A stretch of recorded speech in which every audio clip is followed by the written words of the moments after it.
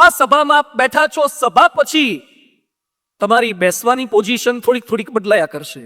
અત્યારથી તો કેટલીક અત્યારે બદલાઈ છે, પણ આપણે બધા આ ખુરશીમાં 2 કલાક બેઠા પછી તમારી આ બેસવાની પોઝિશનો તો તમે બદલશો, પણ જીવવાની સ્ટાઇલ જે બદલવી છે એ શબ્દોને આધારે સ્ટાઇલો બદલાયા કરશે.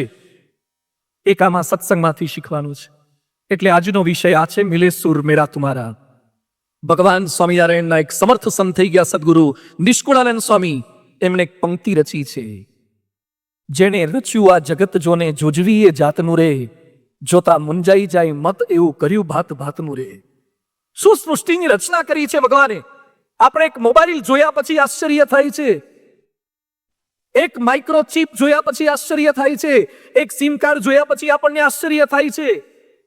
શું સંશોધનો વિજ્ઞાન કરી રહ્યું છે! પણ નિષ્કુળાનંદ સ્વામી કહે છે, જેને રચ્યું આ જગત જોને જોજવી એ જાતનું રે, જોતા મુંજાઈ જાય મત એવું કર્યું ભાત ભાતનું રે. ભગવાનની રચનાઓ તો જુઓ. એ સૂર્ય 13,91,000 કિલોમીટરનો વ્યાસ છે એનો. 13,91,000 કિલોમીટર. છતાં પણ એ બ્રહ્માંડનો, અનંત કોટી બ્રહ્માંડનો સૌથી નાનો તારો છે. કેવો છે? સૌથી નાનો તારો છે. સૂર્યને પણ ગળી જાય એવા તો સેંકડો તારા છે. સૂર્યને ગળી જાય એવા સેંકડો તારા છે. 1 સેકન્ડમાં 60 કરોડ ટન બળતર વપરાય છે. 60 કરોડ ટન બળતર વપરાય છે, અને 5 અબજ વર્ષ સુધી ચાલે એટલું છે. પણ સૂર્ય બાબતે ચિંતા ના કરતા. 5 અબજ વર્ષ સુધી એને વાંધો નથી આવવાનો. 5 અબજ વર્ષ સુધી ચાલે એટલું બળતણ છે. પૃથ્વીથી 13 લાખ ગણો મોટો છે, પણ છતાં કેવો દેખાય છે? ચંદ્ર 3,474 કિલોમીટરનો વ્યાસ છે, અને પૃથ્વીથી 3,84,000 કિલોમીટર દૂર છે. પૃથ્વીથી 3,84,000 કિલોમીટરની દૂરી છે, પણ છતાં આપણને ચાંદા મામા અને ચાંદો નાનો અને શું આપણે એને ઓળખી શકીએ છીએ? પેસિફિક સમુદ્ર, અનેક સમુદ્રો છે. એટલાન્ટિક ઓશન છે, આ પેસિફિક ઓશન છે. 36,000 ફૂટ ઊંડો દરિયો છે. આખો માઉન્ટ એવરેસ્ટ અંદર આવી જાય. માઉન્ટ એવરેસ્ટ જેટલી તો ઊંડાઈ એ સમુદ્રની છે. આવા અગણિત સર્જનો પરમાત્માએ કર્યા છે, પણ પરમાત્માના શ્રેષ્ઠ સર્જનમાં જો કોઈ હોય તો એ પૃથ્વી છે. પૃથ્વી જેવી માનવ વસ્તી, પૃથ્વી જેવી જીવ સૃષ્ટિ, પૃથ્વી જેવી વનસ્પતિ સૃષ્ટિ એ અનંત કોટી બ્રહ્માંડના કોઈ ગ્રહની અંદર, કોઈ ઉપગ્રહની અંદર નથી. પણ આ તમામ સર્જનોમાં પૃથ્વી તો શ્રેષ્ઠ છે. પણ પૃથ્વીમાં જો કોઈ શ્રેષ્ઠ હોય તો man is the crown of the creation. માનવ શરીર એ ભગવાનનું શ્રેષ્ઠ સર્જન છે. આપણી બુદ્ધિ, આપણી શક્તિ, આપણી આવડત એ જોઈને ભલભલાને આશ્ચર્ય થાય. પશુ પક્ષી આ બધામાં સૌથી વધુ સુખી એ માનવ છે. અને ખરેખર અત્યારે જમાનો સુખી થવા જેવો છે, જીવવા જેવો છે. પહેલાના આપણા ઘર કેવા, અત્યારે ઘર કેવા, રસોડા કેવા. આમાંથી ચૂલામાં એકાદ વખત રાંધ્યું હોય હાથ ઊંચો કરો. ચૂલામાં, હા, લાકડાથી. આગળવાળા લગભગ હાથ ઊંચા ના કરે, કારણ કે એમને રંધાવડાયું હોય. હા, મારે એવું પૂછવું જોઈએ કે ચૂલાનું ખાધું હોય હાથ ઊંચો કરો. ચલો. હા, જો કેવી બધી હાથ ઊંચા થઈ ગયા. ચૂલામાં રંધાવડાયું છે, એ ચૂલામાં ફૂંકો મારતા એમાં લીલા લાકડા આવી જાય અને આંખો ચોળવી પડે. અને ચીમનીઓમાંથી ચીમનીઓ હોય તો માંડ ધુમાડા જાય. આજે રસોડા કેવા થઈ ગયા. રાજકોટમાં હમણાં હું એક ફ્લેટમાં ગયો, આખું રસોડું, એક પણ વાસણ બહાર ના દેખાય. મને કે સ્વામી, આ નવો કોન્સેપ્ટ છે. બહાર કશું જ વાસણ ન દેખાય, છતાં એ રસોડું. પેલા તો આપણે તો ડોલો ઊંધી પાડતા, અને ઘરમાં શોકેસ જ આના હતા. પેલી પરાતો ઊંધી પાડી હોય, વાડકા ઊંધા પાડ્યા હોય, લટકાવે ને એના પર પાછા ગ્લાસ મૂકેલા હોય, તાંબા પિત્તળના બધા વર્ષે એકવાર ઉતારીને બગડ્યા હોય કે ના હોય તો એ ઘડી કાઢવાના. આપણી સ્ટાઇલ હતી. આપણા માટે શોકેસ આ હતું. અત્યારે આવા કિચન થઈ ગયા છે, માઇક્રોવેવ આવી ગયા. થોડીક વારમાં બધું રંધાઈ જાય. ખાવા પીવાની આઈટમો કેટલી થઈ ગઈ. કપડા કેવા થઈ ગયા. વોશિંગ મશીન આવી ગયા. કેટલી સવલતો છે. હવે નવું એક ફ્રીજ એવું ડિઝાઇન થઈ ગયું છે, ફ્રીજ ઓટો પાયલોટિંગ થી કામ કરે છે. ફ્રીજમાં શાકભાજી ખૂટે એટલે ફ્રીજ જાતે ફોન કરે કે હવે મારામાં રીંગણા ઓછા થયા છે, મારામાં ટામેટા ઓછા થયા છે. ફ્રીજ ફોન કરશે. આ ફ્રીજ આવ્યું છે. આ નવા સંશોધનો. હવે નેનો ટેકનોલોજીના કપડા એવા આવે છે કે કપડા ગમે તેટલા પહેરો તમારે બગડશે જ નહીં, ફાટે નહીં, ફાટશે જ નહીં, બગડશે જ નહીં, કલર જ નહીં જાય. Nano technology. ભારે ટેકનોલોજી છે. એવા ટી શર્ટ આવે કે તમારું ટેમ્પરેચર, તમારા પલ્સ રેટ એ બધું તમારા ફેમિલી ડોક્ટરને ખબર પડે. ડિજિટલ ક્લોક આમાંથી ઘણા પહેરતા થઈ ગયા છો ને કાંડા ઉપર. પહેલા છે ને કાંટાવાળી ઘડિયાળ પહેરતા હતા. હવે કાંટા કોઈને ફાવતા જ નથી, પગમાંય નહીં ને હાથમાંય નહીં. હવે કોઈને કાંટા નથી ફાવતા, પગમાંય નથી ફાવતા ને હાથમાંય નહીં. આ મોડર્ન ટાઈમ બતાવે, બાકી આખો દાડો જોવાની જરૂર નહીં. ડિજિટલ ક્લોક થઈ ગયા, મેસેજ આવે તો અહીંયા ખબર પડે છે. હાથમાં ઘડિયાળ, હાથમાં વિશ્વની ઘડિયાળો, હાથમાં મેસેજ, હાથમાં ટેમ્પરેચર, હાથમાં બ્લડ પ્રેશર. આ વેરિયેબલ ઇક્વિપમેન્ટ્સ એટલા બધા વધતા જાય છે. દેશ અને વિદેશની અંદર સંશોધનો નવા હમણાં એક ચશ્મા એ શોધાવાના છે. એનું એક સેમ્પલ આવ્યું છે. ચશ્માની અંદર ટીવી. આ ચશ્માના બે ગ્લાસ છે ને એમાં ટીવી. તમે સભામાં પહેરીને બેઠા હોય એટલે મને એમ લાગે કે તમે મારું પ્રવચન સાંભળો છો ને બેઠા બેઠા આઈપીએલ જોતા હોય. બોલો, આવા ચશ્મા પછી તો સ્કૂલોમાં તો છોકરાને ચશ્મા પહેરવા જ દેવામાં નહીં આવે. આ કોરોનામાં અરખા નહોતા ભણ્યા તો આવા ચશ્મા આવી જાય તો કરે શું? પણ અત્યારે જીવવા જેવો જમાનો છે, આનંદ કરવા જેવો જમાનો છે.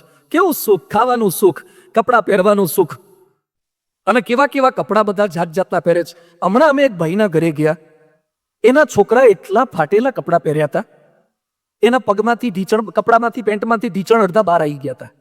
એટલે પેલા ભાઈની બાજુમાં હું બેઠો, કીધું આટલી બધી મંદી છે, આટલા ફાટેલા લુગડા તમારા છોકરાને પહેરાવા પડે છે? મને કે સ્વામી મંદી નથી, આ તો મોંઘામાં મોંઘા લુગડા છે. ફાટેલા બોલો. પેલા જેની પાસે પૈસા નહોતા ને એ ફાટેલા પહેરતા હતા. આજે જેની પાસે પૈસા બહુ છે પણ આબરૂ નથી ને એ ફાટેલા પહેરે છે. કપડા પહેરો, જાત જાતના કપડા પહેરો, ટેટુ કરાવો. હા, જાત જાતના ટેટુ કરાવે, હેરસ્ટાઈલો એવી કરાવે. એક છોકરો હમણાં મંદિરે મળ્યો, હેરસ્ટાઈલ એવી હતી, સમજાવી જ નહીં બે ઘડી તો મને. તું હોઈ ગયો તો કે વાળંદ હોઈ ગયો તો? આ સ્ટાઇલનું નામ શું છે? કયા પ્રકારની સ્ટાઇલ આ તે કરેલી છે? પણ ફેશન છે, જીવવા જેવી જિંદગી થઈ ગઈ છે. હવે માનવજાત ખૂબ સુખી છે, છતાં માનવજાતના એટલા પ્રશ્નો છે. ક્યાંક પોપ્યુલેશન, ક્યાંક પોલ્યુશન, ક્યાંક જળ સમસ્યા, ક્યાંક પેટ્રોલ સમસ્યા, ક્યાંક ગ્લોબલ વોર્મિંગ, ક્યાંક અનએમ્પ્લોયમેન્ટ છે. નાની મોટી અનેક સમસ્યાઓ છે. અને સૌથી મોટી સમસ્યામાંથી આપણે બહાર આવ્યા હોય તો એ કઈ છે?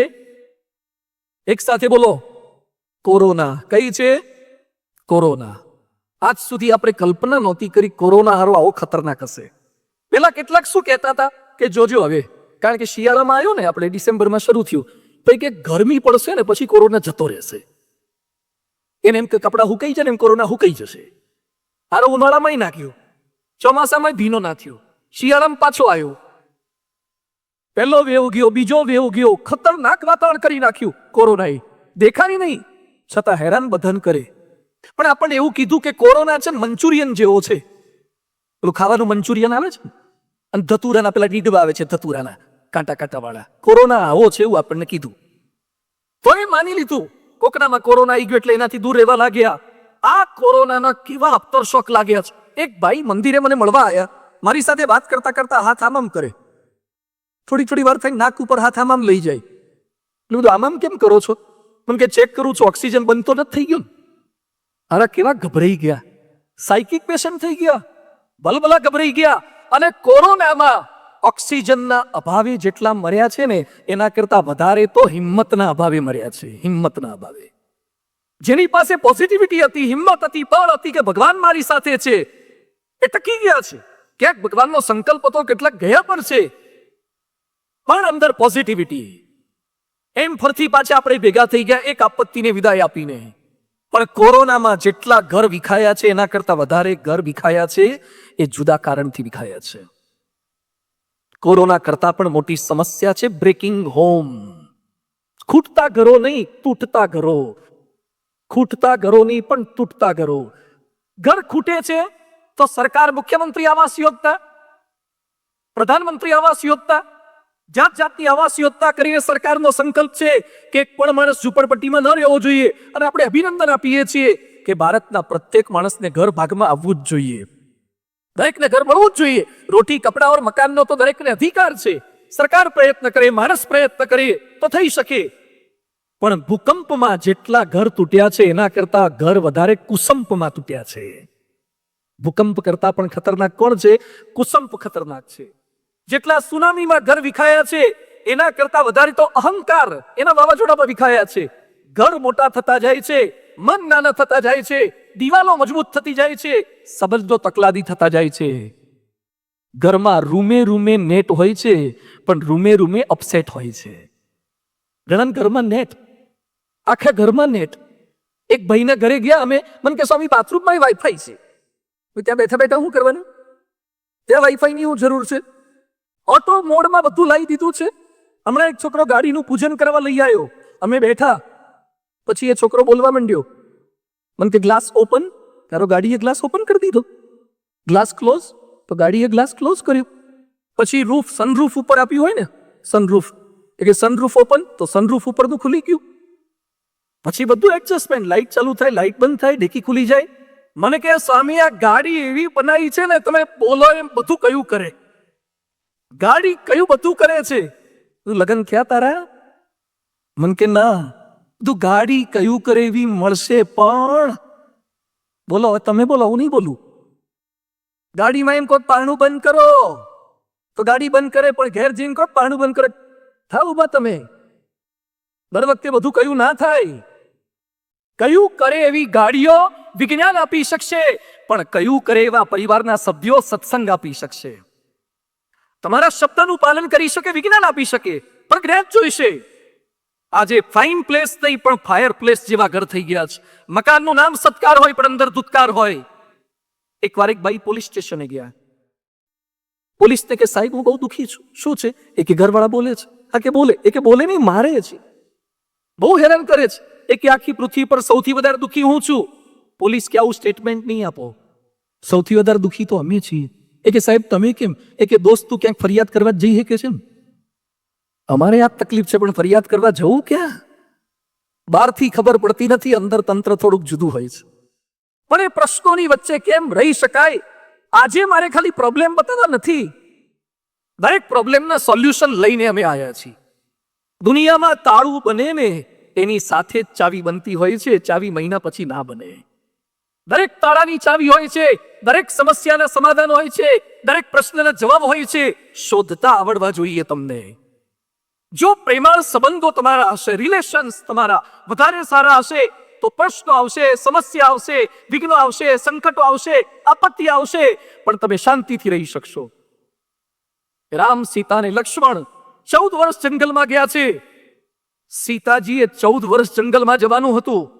રામ સીતાને કહે છે કે સીતા, જંગલના કષ્ટ પડશે, માતા પિતાને મળવા નહીં મળે, ઘર સારું નહીં હોય, ફર્નિચર નહીં હોય, બધે ચાલતા જવાનું છે, રસોઈ જાતે કરવાની છે, પાણી જાતે ભરવાનું છે, કપડા જાતે ધોવાના છે, અનેક કષ્ટો છે. So please stay here. અયોધ્યામાં રોકાઈ જાઓ, જંગલમાં આવવાની જરૂરિયાત નથી. આટલા કષ્ટો તમે સહન નહીં કરી શકો. અને એ સમયે સીતા શું બોલ્યા છે? તવ સ્નેહ પુરસ્પૃતા, તમે જેટલા દુઃખ બતાયા છે ને એના કરતા વધારે દુઃખ હશે ને તો પણ હું સહન કરીશ, કારણ કે તમે મારી ભેગા છો ને, તમારો પ્રેમ છે. જેની સાથે પ્રેમ હશે ને તમને તકલીફ નહીં પડે. એક સોફામાં તમે 2 જણા બેઠા હશો અને 2 સીટર જ સોફો હોય, એમાં કોઈક ત્રીજો તમારો ગમતો આવે ને, જો સમજો ફરતી હો, તમારો ગમતો ને ઓળખીતો આવે ને તો હાકડા થઈને પણ આવી જાય યાર, એટલે બેહાડી દે. અને ખબર પડે કે ભાઈ આવે છે ને બેહાડવા જેવા નથી તો પોળા બે ના, કે આવે છે હમણાં આવે છે, કોઈ તો આવવાનું હોય. તમારા ગમતા માણસોનો ભાર તમને લાગશે જ નહીં લાગે, ભાર નહીં લાગે. તમારા ગમતા માણસો તમને તકલીફ કરશે જ નહીં. પ્રેમાળ સંબંધો રાખજો તો કષ્ટ નહીં આપે. પાંડવોને કેવા પ્રશ્ન આવ્યા છે? બાળપણથી અન્યાય, લક્ષગૃહમાં બળવી પાડી નાખવાના પ્રયત્ન થયા, જુગારમાં કપટ થયું, વનમાં મોકલ્યા, અજ્ઞાતવાસ થયું, વસ્ત્રાહરણ કરવામાં આવ્યું દ્રૌપદીનું. આટલા બધા કષ્ટો તકલીફો પાંડવોને પડી છે, પણ છતાં પાંડવો એક થઈને રહેતા હતા. તો ગુણાતીતાનંદ સ્વામી લખ્યું છે કે સમુદ્ર જેટલું દુઃખ પણ ગાયના પગલાની જેમ ઓળંગી ગયા. સંપ હતો ને ભગવાન સાથે હતા, એટલે શક્ય બને છે. પ્રશ્નો પાંડવને પણ આવ્યા છે. આધુનિક વાત પણ મારે કરવી છે. પરદેશનો એક માણસ થઈ ગયો, નથેલિયન હોર્થોન. એક વાર એના ઘરે ગયો અને મોઢા પર એકદમ ઉદાસીનતા, ડિપ્રેશનમાં. એના પત્ની કે શું થયું? એ કે ઓફિસમાંથી આજે મને ફાયર કરી દીધો, નોકરીમાંથી કાઢી મૂક્યો. તો રડવા જેવો થઈ ગયો. એના પત્ની કે ગભરાવો છો શું કરવા? એ કે નોકરી છૂટી ગઈ, હવે તો ગભરાવું જ પડે ને, કરશું શું, ઘર કેમ ચલાવશું? એના પત્ની કે 5 મિનિટ ઉભા રહો. ઘરમાં ગઈ, કબાટમાંથી નોટની થપ્પી કાઢીને લઈ આવી અને પછી કહે છે કે આ મારી બચત મેં રાખી મૂકેલી હતી, આ બચત છે. આમ દરેક ઘરમાં એકાદી આવી બેંક તો હોય જ. નોટબંધીમાં ઘણાને ખબર પડી હશે, દેના બેંક ને પેલી એ બધી બેંકો જ છે. પણ દરેક સ્ત્રી છે ને, સમજુ સ્ત્રી, સહનશીલ સ્ત્રી, સમર્પિત સ્ત્રી એ પુરુષની મોટામાં મોટી બેંક છે. સ્ત્રી એ બેંક છે અને ગમે તેવા સંજોગોમાં મદદ કરી શકે એવી બેંક છે. એ સ્ત્રીએ પૈસા લાવી અને પોતાના પતિને આપ્યા. એનો પતિ કે આ પૈસાનું શું કરવાનું? એ કે 1 વર્ષની ચિંતા ના કરતા, તમે સારું લખી શકો એવા છો, લેખક છો, તમે લખો. એ કે પણ વર્ષ સુધી ઘરમાં ખાઈશું પીશું શું? એ કે પૈસા મેં બચાયા છે ને, વર્ષ સુધી હું ઘર ચલાવીશ. પણ તું લેખક છે, લખ, સારું લખ. આજ આપણી બગડી છે પણ કાલ આપણી ખરાબ નથી ને, લખ. એના પતિને એના પત્નીએ 1 વર્ષ લખવા માટે સમય આપ્યો, ઘર એણે ચલાવ્યું. એના પત્નીના વિશ્વાસ ભર્યા શબ્દોથી અમેરિકન સાહિત્યની મોટામાં મોટી નવલકથા ધ સ્કારલેટ લેટરનો જન્મ થયો, જે સ્ક્રીન પર તમે આ ચોપડી જોઈ શકો છો. અમેરિકન સાહિત્યની મોટામાં મોટી નોવેલ આ છે. નોકરી છૂટ્યા પછી પણ 1 રૂપિયાની પણ આવક ન હોય અને એ સમયે પત્નીના હિંમતવાળા શબ્દો એ પતિને મોટા લેખકનો દરજ્જો અપાઈ શકે છે. પ્રેમાળ સંબંધો, જો પ્રેમાળ સંબંધો હોય તો શારીરિક દુઃખ નહીં લાગે, આર્થિક નહીં લાગે, સામાજિક નહીં લાગે, માનસિક નહીં લાગે. એક છોકરાને આઈઆઈટીમાં બિટ્સ પિલાનીમાં ભણતો હતો અને 10માંથી 9.8 આવ્યા. 10 આઉટ ઓફ 10 નહીં પણ 9.8, એ પણ સારા જ કહેવાય, 98% કહેવાય. 98% આવ્યા છતાંય છોકરાએ આત્મહત્યા કરી અને એક ચિઠ્ઠી લખીને દ્યો, I am committing suicide because my father will give me long lecture. મારા પપ્પા 2 પોઈન્ટ ઓછા આવ્યા છે એટલે મને લાંબુ લેક્ચર આપશે ને એ મારાથી સહન નહીં થાય. જો પરિવારમાં પ્રેમાળ સંબંધો હોત તો 1-2% ઓછા આવ્યા હોત તો દીકરો કે દીકરી આત્મહત્યા કરવાનો સંકલ્પ ન કરત. પ્રેમાળ સંબંધો દીકરા દીકરીને ટકાવી રાખશે. અરે કોઈકની આર્થિક ભૂલ પણ થાય, શૈક્ષણિક ભૂલ પણ થાય, ચારિત્રની ભૂલ પણ થાય, સામાજિક ભૂલ પણ થાય, ધાર્મિક ભૂલ પણ થાય, પણ જો તમારા સંબંધો સારા હશે તો તમે કોઈ પણ વ્યક્તિને નભાવી શકશો. એક વાક્ય યાદ રાખજો, ન ભાવતાને નભાવતા આવડે ને એનું નામ જ પરિવાર. ન ભાવતાને પણ નભાવતા આવડે ને, ન ભાવતા નભાવો. ન ભાવતા શાક હોય તો વાંધો નથી, ન ભાવતું વાતાવરણ હોય તો વાંધો નથી, ન ભાવતી વ્યક્તિઓને પણ ભાવતી કરવાની છે. એ વાત આપણે સમજવાની છે. આ બધું જ હોય, પદ, પૈસો, પ્રતિષ્ઠા, પણ જો આ સમજણ નહીં હોય તો પ્રશ્નો થયા છે. આજે વિશ્વના એવા કેટલાક મહાનુભાવોની યાદી મારે આપને બતાવી છે અને અહીંયા જેટલા બેઠા છો ને, હું એક એક વ્યક્તિનું નામ બોલતો જઈશ. તમે એમ માનો છો કે ડોક્ટર થઈ ગયા એટલે જિંદગી પૂરી થઈ ગઈ, એન્જિનિયર થઈ ગયા, ઉદ્યોગપતિ થઈ ગયા, લેખક થઈ ગયા, રાજકારણી થઈ ગયા. અરે જોજો આ પ્રસંગો, જેની જિંદગીમાં બધું હતું છતાં પણ જો પારિવારિક એકતા નહોતી, કેવી તકલીફો થઈ છે. એમાં પહેલા છે અબ્રાહમ લિંકન, અમેરિકન રાષ્ટ્રપ્રમુખ. એક કઠિયારાનો છોકરો, ગરીબીમાં ભણ્યો, ઝાડની છાલ ઉપર એબીસીડી લખતા શીખ્યો, રાજકારણમાં 13 વાર હારી ગયા પણ ડગ્યા નહીં. 13 વાર નિષ્ફળતા મળી છે, ડગ્યા નહીં. ગુલામ પ્રથા નાબૂદ કરવા માટે અનહદ પ્રયત્ન કર્યો. એ જ અબ્રાહમ લિંકને એકવાર આત્મહત્યાનો પ્રયત્ન કર્યો હતો. 13 વખત હારી ગયા, ગભરાયા નહીં. ગુલામોની સામે જજુમ્યા, ગુલામોનો પક્ષ રાખવા જજુમ્યા, એમાં હિંમત હાર્યા નહીં. આર્થિક કટોકટીમાં હિંમત હાર્યા નહીં. એ અબ્રાહમ લિંકને આત્મહત્યાનો પ્રયત્ન કર્યો કારણ કે એની પત્ની બહુ વઢકણા હતા, એના પત્ની બહુ ત્રાસ આપતા હતા અને મરી જવાનો પ્રયત્ન કર્યો. રાષ્ટ્ર પ્રમુખ થયા પણ જો પત્ની સાથેના સંબંધો સારા નહોતા તો તકલીફ થઈ. સારો અભ્યાસ કર્યો તો નેપાળના દીપેન્દ્રએ, નેપાળના રાજકુંવર દીપેન્દ્ર રાજાનો દીકરો હતો અને બ્રિટનમાંથી ગ્રેજ્યુએટ થયેલો હતો, છતાં એક છોકરી માટે પોતાના પરિવારના 8 સભ્યોની હત્યા કરી નાખી. અને બિહારના કલેક્ટર મુકેશ કુમાર પાંડે કલેક્ટર હતા, આઈએએસ ઓફિસર હતા, યુપીએસસી ક્લિયર કરેલા હતા. આમાંથી કેટલાકને સંકલ્પ હોય છે દીકરાને જીપીએસસી કરાવી છે, યુપીએસસી કરાવી છે. આ યુપીએસસી પાસ આઉટ કલેક્ટર હતો, છતાં કલેક્ટરે આત્મહત્યા કરી. કેમ? પત્ની અને સાસુઓના ઝઘડા વચ્ચે બેલેન્સ ન કરી શક્યા એટલે આત્મહત્યા કરી લીધી. સારી નામના પ્રાપ્ત કરી હોય, સ્ટીવ જોબ્સ, એપલ. આજે એપલ સાંભળીએ અને સ્ટીવ જોબ્સ યાદ આવે, સ્ટીવનું નામ જોઈએ અને એપલ યાદ આવે. હવે જેટલા ધંધા કરો છો ને ધ્યાનથી સાંભળજો, ધંધો કેમ કરાય. ઘણા 5-7 વર્ષે એમના એમ હોય છે. 1976 પ્રારંભ કર્યો $1,000 મૂડી સાથે. 23મા વર્ષે $10 લાખ કમાતા થયા અને 24મા વર્ષે $1 અબજ કમાતા થયા. 24 વર્ષે તો $1 અબજ કમાયા છે. પણ એના પાર્ટનર વોઝનિયાક સાથે ન બન્યું. રોનાલ્ડ રેગન પાસે પ્રાઇઝ લેવા માટે ગયા હતા તો એ પોતાના પાર્ટનર સાથે સ્ટેજ પર ન ગયા અને એપલ કંપની છોડવી પડી. જો તમારા મિલે સુર મેરા તુમારા નહીં હોય, હ્યુમન રિલેશન સારા નહીં હોય, તો લોકોની વચ્ચે તમે મિક્સઅપ નહીં થઈ શકો. અનેક શોધ સંશોધન કર્યા. સ્ટીફન હોકિંગ સંપૂર્ણ ડિસેબલ.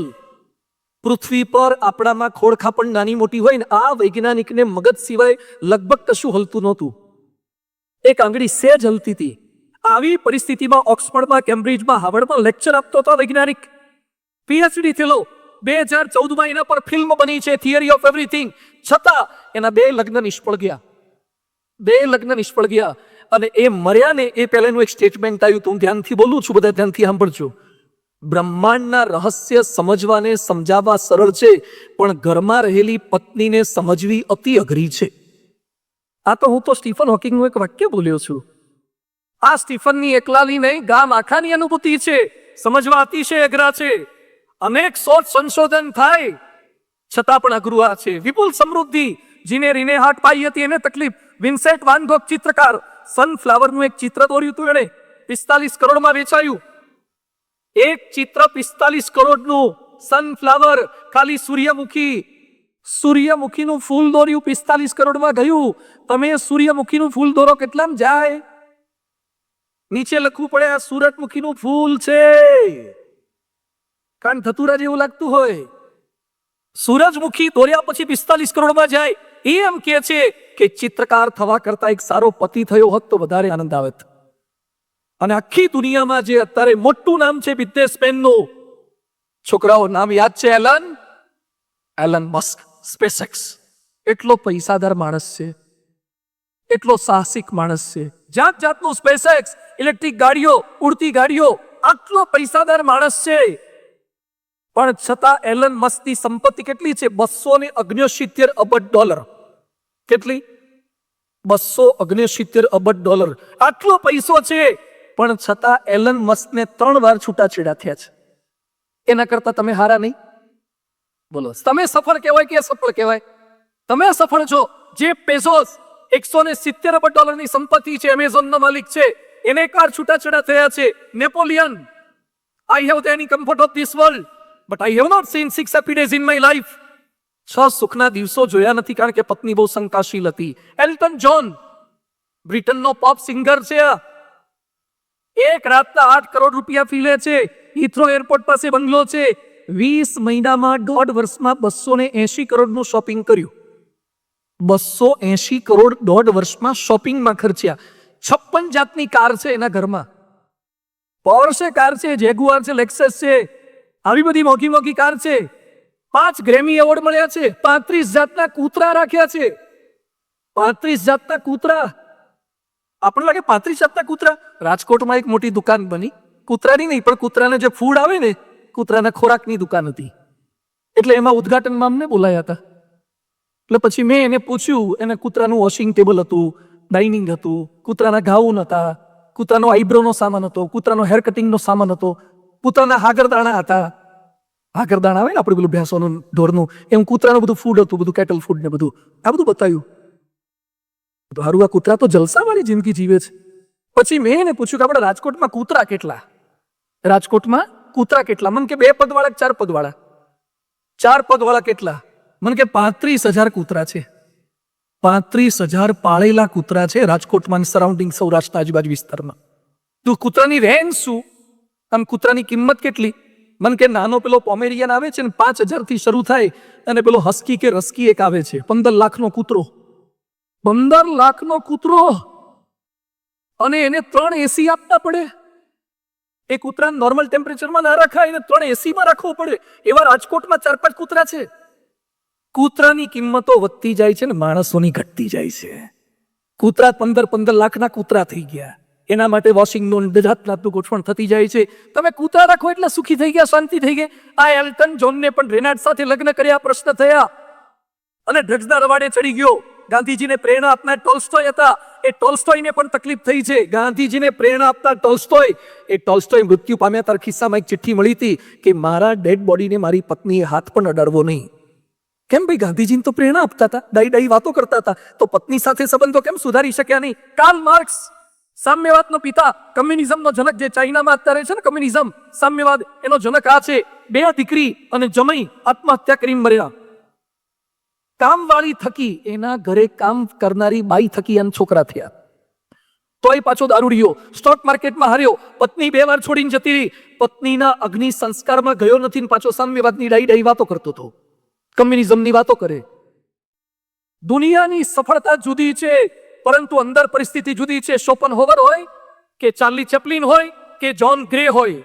જ્હોન ગ્રે જેણે પુસ્તક લખ્યું છે મેન આર ફ્રોમ માર્સ અને વુમન આર ફ્રોમ વિનસ, પુસ્તક છે, બહુ સરસ પુસ્તક છે, કે પુરુષો મંગળ ગ્રહ પરથી આવ્યા છે અને બૈરાઓ શુક્ર પરથી આવ્યા છે, એટલે બેને મેચિંગ થવું અઘરું તો થશે જ.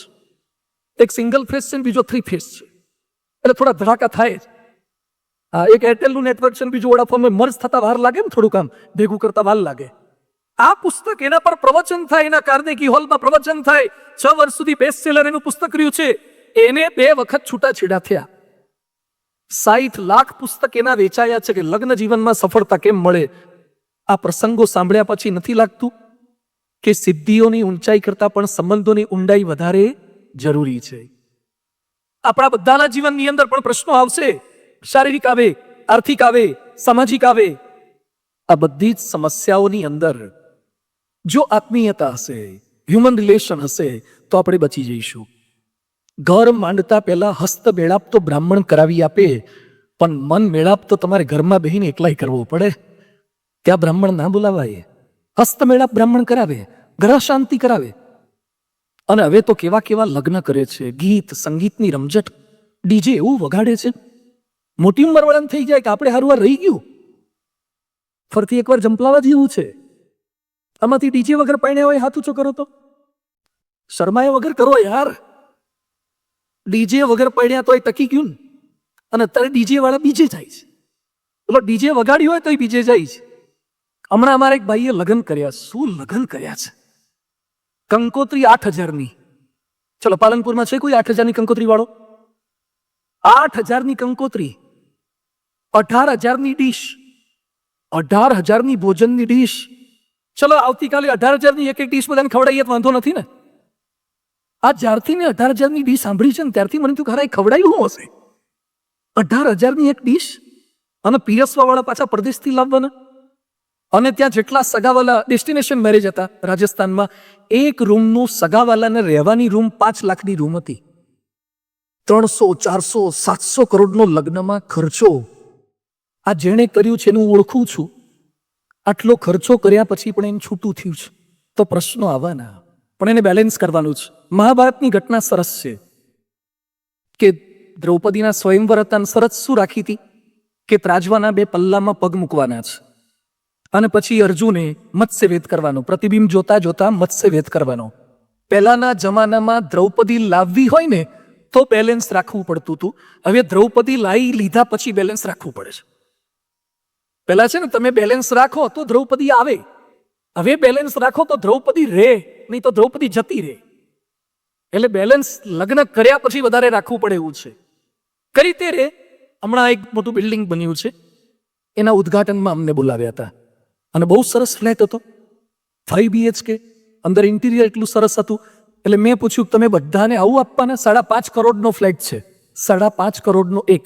એટલે મેં કીધું તમે બધાને આવું આપશો? મને કે ના સ્વામી, આ તો ડેમો છે, આ તો ડેમો છે. અમે તો ખાલી એક્સટિરિયર આપીએ, ઇન્ટિરિયર એને જાતે કરવાનું છે. અમે ખાલી એક્સટિરિયર આપીએ, ઇન્ટિરિયર એને જાતે કરવાનું. એમ ભગવાને મને તમને એક્સટિરિયર તો આપી દીધું છે, હવે ઇન્ટિરિયર આપણે કરવાનું છે, અંદરનું ઇન્ટિરિયર કરવાનું છે. આ કથા વાર્તા, આ સભા, આ ઇન્ટિરિયર કરી આપશે. બહારના ફેરફાર નહીં, ખાલી દાઢીમાં ફેરફાર, ખાલી વાળમાં ફેરફાર, કપડામાં ફેરફાર, એ નહીં, અંદરના ફેરફાર. એટલે પ્રમુખ સ્વામી મહારાજ કહેતા ઘરને મંદિર બનાવો. સ્માર્ટ હાઉસ નહીં, સ્પિરિચ્યુઅલ હોમ કરવાના છે. મોટા મોટા સ્માર્ટ હાઉસ બહુ બની દીધા, પણ એનાથી ખાલી નહીં થાય. ઘરમાં શાંતિ લાવવા માટે આકાર બદલવાની જરૂરિયાત નથી, વિચાર બદલવાની જરૂરિયાત છે. વસ્તુઓને બદલવાની જરૂરિયાત નથી, વાતાવરણ બદલવાની જરૂરિયાત છે. ખાણીપીણી નહીં, થોડીક વાણી બદલવાની જરૂરિયાત છે. સાધનો નહીં, પણ સ્વભાવ બદલવાની જરૂરિયાત છે. તો અદ્ભુત રીતે આપણો પરિવાર બની જશે. આજનું વિજ્ઞાન ઘરને વોટરપ્રૂફ બનાવી આપે, સાઉન્ડ પ્રૂફ બનાવી આપે, હીટ પ્રૂફ બનાવી આપે, ફાયર પ્રૂફ બનાવી આપે, કદાચ વાયરસ પ્રૂફ પણ બનાવી આપશે, પણ સ્વભાવ પ્રૂફ, પ્રોબ્લેમ પ્રૂફ એ નહીં કરી શકે. હવે સ્પેસ કોલોનીમાં જવું છે બધાને. આકાશમાં સ્પેસ કોલોની બને છે અને એનું બુકિંગ થવા માંડ્યું છે. અવકાશમાં રહેવા તમારે જવું હોય તો સ્પેસ કોલોની માટે પ્રયત્નો હવે શરૂ થઈ ગયા છે. અહીંયા જે હખણા નથી રહેતા એ ઉપર શું કરવાના? હા, ઘણા અહીંયા હખણા નથી રહેતા, કે ઉપર જતા રહીને શાંતિ, ને તું તારો સ્વભાવ સુધાર ને. એકવાર એક ભાઈ છે ને ગામ બદલીને બીજે ગયા, પછી બીજા ગામમાં જઈને પડોશી કે ભાઈ મારે 5,000 રૂપિયા આપો ને, મને 5,000 રૂપિયા આપો ને. તે પેલો બાજુવાળો જે હતો ને પહેલેથી ત્યાં રહેતો હતો, એ કે તમે નવા નવા છો, હું તમને ઓળખતો નથી તો 5,000 અપાય છે ને? મારે તમારી ઓળખાણ નથી, તમને ઓળખતો નથી કેમ અપાય? તો પેલો ભાઈ જે માગતો તે શું બોલ્યો, એ કે હું જે જૂના ગામમાં રહેતો તો બધા મને એમ કહેતા તમે તમને આ રીતે ઓળખીએ છીએ, તમને કશું ના અપાય. સમજાયું? એ કે જે ઓળખતા હતા એ નથી આપતા, અને જે નથી ઓળખતા એ નથી આપતા, તો આપશે કોણ? એમ અહીંયા આપણને ઓળખીતા થઈ ગયા છે, એની જોડે ફાવતું નથી. પેલા તો એલિયન જેવા છે, એની જોડે શું ફાવવાનું છે આપણને? માણસો જાત જાતના પ્રયત્ન કરે. જાપાનમાં હમાડા નામનું એક શહેર છે અને ઓસાકા એક એરિયા છે, એક્વેરિયમ છે. ત્યાં લોકોમાં કેવી માનીતા છે કે 4 પ્રકારની માછલીઓ છે: કેલિયા, એલિયા, નાસ્તિયા અને બેલુગા. એટલે જાપાની લોકો એવું માને છે કે આ માછલી મોઢામાં પાણી ભરી અને પછી પરપોટા બોલાવે છે. નહીં, બાળકો કરતા હોય, માછલીઓ વધારે કરે, પરપોટા બોલાવે. આ પરપોટા એકવાર કોઈક જોઈ લે ને તો એને છૂટાછેડા ના થાય, આવું જાપાનીઝ લોકો માને છે. એટલે સ્પેશિયલ માછલી ઘર જોવા જાય અને ત્યાં પછી માછલી પરપોટા બોલાય એટલે પરપોટો જોઈને રાજી થાય કે હવે આપણો પરપોટો ફૂટશે નહીં, હવે આપણે પરપોટામાં વાંધો આવશે નહીં. અમે ફ્રાન્સ ગયા હતા, પેરિસમાં. તે પેરિસમાં છે ને એક નદી છે, એનું નામ છે સેન નદી. કદાચ કોઈ એફિલ ટાવર બાજુ ગયા તો સેન નદી છે. કંઈક સરસ માનીતા છે. મેં જોયું ને તો એક પુલ છે અને પુલ ઉપર તાળા લગાવેલા હતા. તાળા તમને દેખાતા હશે, તાળા દેખાય છે? આ તાળા. એટલે મેં તો આ તાળા શેના માટે લગાવે છે? એ કે મારે યુરોપમાં એક માનીતા છે કે જેને લગ્ન થયા હોય એ પતિ પત્ની બે અહીંયા આવે અને પછી તાળું મારે, અને તાળું માર્યા પછી ચાવી નીચે નદીના પાણીમાં નાખી દેવાની. અને પછી એમ મનાય છે કે અહીંયા એકવાર તાળું ફિટ કર્યું એ કર્યું, અને જેનું તાળું મજબૂત થઈ જાય પછી ચાવી નાખી દેવાની, એટલે જ લગ્ન પૂરા થાય જીવીએ ત્યાં સુધી આ તાળું ખુલે નહીં, લગ્નનું બંધન મજબૂત થઈ જાય. આવા હજારો તાળા. હવે જગ્યા ઓછી પડે છે. અમુક નાના મોટા તાળા હતા જેને થોડી શંકા હતી, એ તો આવડું આવડું મારતા હતા, મોટું મોટું લગાવતા હતા. અમુક તો નાનાથી ચલાવતા હતા અને અમુકને તાળાનો વિશ્વાસ નહોતો કે તાળાનો ખર્ચો કરવા જેવો નથી. આ તાળું મારી એક ના મળે, આ તાળું રહે એવું નથી. ઘણા તાળું મારી 2 ચાવીઓ રાખતા હોય, પાછા એને પૂગી કેમનું વળવું, ગમે ત્યારે કોકના દ્વારા ખોલી લેતા હોય. એટલે અહીંયા આવી માનીતાઓ હોય છે. પરમ પૂજ્ય પ્રમુખ સ્વામી મહારાજે 500 મુલાકાતો હોય, રોજના 80 ફોન હોય, 7 લાખ પત્રો હોય, 2.5 લાખ પધરામણીઓ હોય, 18,000 ગામડામાં હોય. બહુ વાતો સંતોએ આપણને કરી છે, પણ સાથે પ્રમુખ સ્વામી મહારાજે પૃથ્વી પરના આપણા જેવા જ એક સંત હતા. આપણી બધી જ સમસ્યાઓને જાણનારા હતા, આપણી બધી જ સમસ્યાઓને નિવારનારા સંત હતા. 95 વર્ષ સુધી નિષ્કામ ભાવે, નિસ્વાર્થ ભાવે એમણે જે કાર્ય કર્યું છે, એમના શતાબ્દી મહોત્સવે આજે આપણે આ દિશામાં થોડોક પ્રયત્ન કરવો છે. મિલે સુર મેરા તુમારા, એમના વચનોને આધારે પ્રયત્ન કરવો છે. યાદ રાખજો, સંબંધો બગાડવા માટે પૂર્ણ વિરામ મૂકવો સહેલો છે, પણ સંબંધોને સુધારવા માટે અલ્પ વિરામ લેવો ને એ થોડોક અઘરો છે. આજે થોડોક અલ્પ વિરામ લેવો છે કે પરસ્પર આપણે સંપીને કેમ રહી શકીએ. કર્ણાટકમાં બેંગ્લોરથી 500 કિલોમીટર દૂર એક ગામ છે, ધારવાડ જિલ્લાનું લોધુર ગામ. ભીમના પરિવાર દેશના સૌથી મોટા પરિવારનું એક છે. 80 પુરુષો અને 60 બહેનો, 140 સભ્યો એક ઘરમાં રહે છે. 140 સભ્યો એક ઘરમાં રહે છે. 18 વર્ષ સુધીના 30 બાળકો ને યુવાનો છે. 30 બાળકો યુવાનો. ઘરમાં 2 મોટી ઘરઘંટીઓ છે, કારણ કે રોજના 140 ની રસોઈ કરવાની. 4 કરોડનું દેવું થઈ ગયું તો છતાં પાછા બધા ટકી ગયા. એના પર ડિરેક્ટર કેતન મહેતાએ તો ફિલ્મ બનાવી છે. સંપીને રહે છે. એક છોકરો મને મળ્યો, 5 BHK નો ફ્લેટ છે. મને કે સ્વામી, અમારા ઘરમાં બધા એકબીજા સાથે વોટ્સએપ થી વાતો કરીએ છીએ. 4 જ સભ્યો છે. બધું વોટ્સએપથી વાતો કેમ કરો? મન કે હામે આવે ને બબાલ બહુ થાય છે. વોટ્સએપથી વાતો કરીએ છીએ. આ લોકો 140 જણા એક રસોડે જમે છે. હમણાં એક છોકરો મને મળવા આવ્યો, સગાઈ કરવા માટે જોવા ગયો તો, એટલે મને રિપોર્ટ આપવા માટે આવ્યો. બધું કેવું થયું, ગોઠવાયું? મને કે સ્વામી એના મમ્મી પપ્પા બધાએ સરસ વાતો કરી. પછી મને કે તમે 2 જણા એકલા બેસો ને વાતચીત કરો, તમારા વિચાર શેર કરો, તો સાથે રહેવાનું છે એટલે ખબર પડે ફ્રીક્વન્સી સેટ થાય છે કે નહીં. તો બધું શું થયું? મને કે છોકરીએ મને પહેલો જ પ્રશ્ન પૂછ્યો, તારા ઘરમાં ડસ્ટબિન કેટલી છે? શું પૂછ્યું છોકરીએ? તારા ઘરમાં કચરા પેટી કેટલી છે?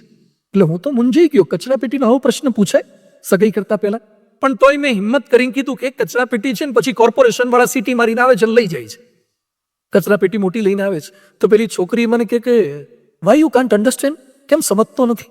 આ કચરા પેટીની વાત નથી, તારા ઘરમાં મોટી ઉંમરની બાઈઓ કેટલી છે? તારા ઘરમાં મોટી ઉંમરની બાઈઓ કેટલી? એટલે 2 ઘડી તો હું શોકિંગ થઈ ગયો.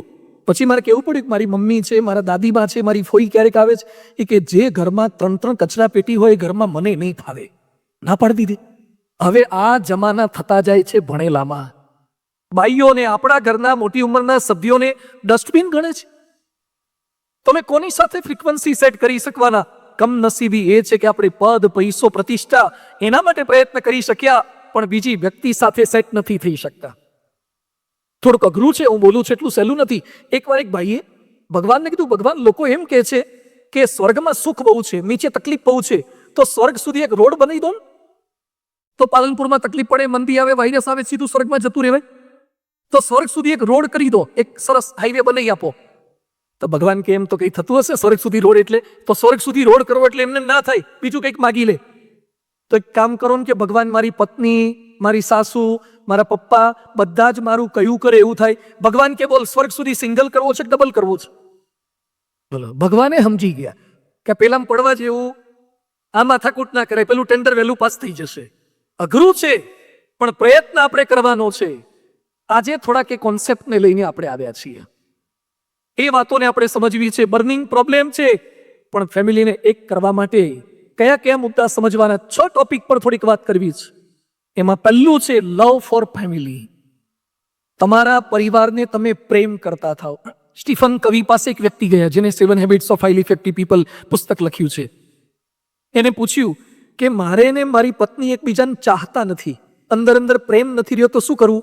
તો કે પ્રેમ કરો. એ કે પણ પ્રેમ નથી એટલે જ કહું છું કરો. તો પણ બિલકુલ ભાવના જ નથી તોય કરો. એ કે પ્રેમ કરતા છે, પ્રેમ ક્રિયાપદ છે, પ્રેમ કર્મ છે અને પ્રેમ જ ફળ છે. પ્રયત્ન કરો તો થશે. અત્યારે સાયન્સ પણ સ્વીકારે છે.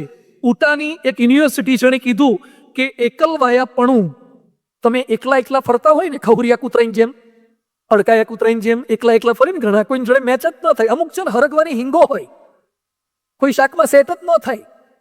હરગવાની સિંગો હોય ને, ખબર છે ને, સિંગ એકલી ફાવે એને બીજા શાકમાં સેટ ન થાય.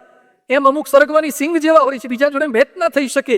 અહીંયા લખ્યું છે કે એકલવાયાપણું દિવસમાં 15 સિગરેટ પીવા જેટલું ખતરનાક છે. લોનલીનેસ. અત્યારે વિશ્વનો મોટો રોગ આ લોનલીનેસ છે, એકલવાયાપણું. હવે બીજું યાદ રાખજો, દુનિયાના લોકોને તમે બુદ્ધિશાળી છો, રૂપાળા છો, ધનવાન છો, શક્તિવાળી છો એટલે ગમો છો, પણ તમારા પરિવારને તમે એમના છો ને એટલે ગમો છો. તમે રૂપાળા ન પણ હો, તમે બુદ્ધિશાળી ન પણ હો, તમે શક્તિશાળી ન પણ હો, તો પણ તમે ગમો છો, કારણ કે એમના છો. એટલે એની વચ્ચે પ્રેમ, એની સાથે રમવું, જમવું. 30 વર્ષના અનુભવ પછી અમેરિકાના ડોક્ટર વિલિયમ નેગલરનું પુસ્તક છે the 30 half dozen 6 radical rules to makes relationship last. એમાં લખ્યું છે કે 24 કલાકમાં 24 મિનિટ તો તમારા પરિવાર સાથે ફાળવો, એને પ્રેમ કરો. અને પ્રેમ હશે તો કષ્ટ કોઈ લાગશે નહીં. સીતાને 14 વર્ષનો વનવાસ આવ્યો, રાવણને ત્યાં વર્ષ રહેવું પડ્યું. પાછા આવ્યા પછી સગર્ભાવસ્થામાં રામે કાઢી મૂક્યા, કારણ કે રામ તો મર્યાદા પુરુષોત્તમ હતા. સીતાએ ફરથી મૃત્યુ સમયે પ્રાર્થના શું કરી? ભૂયો યથા મે જનનાંતરેપી ત્વમેવ ભર્તા ન ચ વિપ્રયોગ. હે ભગવાન, જો મને નવો જન્મ મળે તો જન્મો જન્મ રામ જ મારા પતિ થજો. આજકાલની સીતાને જો આટલું વીત્યું હોય તો ફરથી આની જોડે આવે? મોઢું ન બતાવતો તારો, કોઈ દાડો પાછી આવે નહીં. આ તો 7 જન્મ સુધી રામ જ મારા પતિ થાય. અહીંયા બેઠેલાને મારો એક પ્રશ્ન છે કે આવતી વખતે ફરથી પૃથ્વી પર જન્મ લેવાનો થાય, આવા જેવું છે આમાં? કેટલાને પાછા આવવું છે? એમ બાકીના બધા ત્રાસી ગયા લાગે છે. ફરથી આવવાનું થાય તો તમે આ જ પરિવાર સિલેક્ટ કરો ખરા. આ જ પરિવાર મારે જોઈએ. ચલો જેમ કહેતા હોય કે મારે આ જ પરિવાર, આ જ સાસુ, હા ધ્યાનથી સાંભળજો, મારે આ જ સાસુ જોઈએ, આ જ સસરા જોઈએ, આ જ વહુ જોઈએ. તમારા પરિવાર સાથે પ્રેમ હશે ને તો એમ લાગશે કે વિશ્વમાં આના કરતા કોઈ સારો પરિવાર નથી. આ પ્રેમનું લક્ષણ છે. પરિવાર સાથે પ્રેમ એટલે આ છે. ગમે તેવા પ્રશ્નો આવે, રાષ્ટ્ર પ્રમુખ ઓબામા એમ બોલ્યા કે હું જ્યારે મૃત્યુ પામીશ, છેલ્લો શ્વાસ લઈ રહ્યો હોઈશ, ત્યારે મારું કોઈ ભાષણ, મારું કોઈ પ્રવચન, મારો કાયદો, મારી સહી કરેલી પેન મને યાદ નહીં આવે, પણ મારા પરિવાર સાથે વિતાવેલી ક્ષણો મને યાદ આવશે. લવ યોર ફેમિલી. પરિવારને પ્રેમ કરો. પ્રેમ કરો એટલે સમય આપો. આ મોબાઈલમાં એટલો ટાઈમ બધા કાઢે છે. આવડો નાનો મોબાઈલ છે, કોણ જાણે એમાં હું ભૂત કરતા ખતરનાક છે. આવડો નાનો મોબાઈલ છે અને ખિસ્સામાં ભેગો ને ભેગો. અત્યારે ઘણા મારી કથા સાંભળે છે ને તો એ ભાણીઓ ભેગો જ રાખે. ઘણા નહીં, નાનો છોકરો હોય ને ડાયપર પહેરાયું હોય એટલે એની માને ચિંતા હોય કે ડાયપરમાં બગડ્યું કે નહીં, એટલે ઘડીએ ઘડીએ ડાયપર ખોલીને ચેક કરે. એમ ઘણા છે ને ભાણિયા ખોલીને ચેક કરે કે આવ્યું કે નહીં.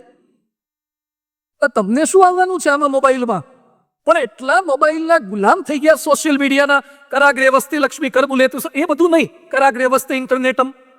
હવારના પોરમાં જ સોશિયલ મીડિયા. ઘણા તો રાત્રે હુતા બેટરી ખૂટે પણ શ્રદ્ધા ન ખૂટે. હા, બેટરી ખૂટી જાય, શ્રદ્ધા ન ખૂટે. ઘણા તો સાંભળતા હુઈ ગયા, અડધા એના પર હુઈ ગયા હોય.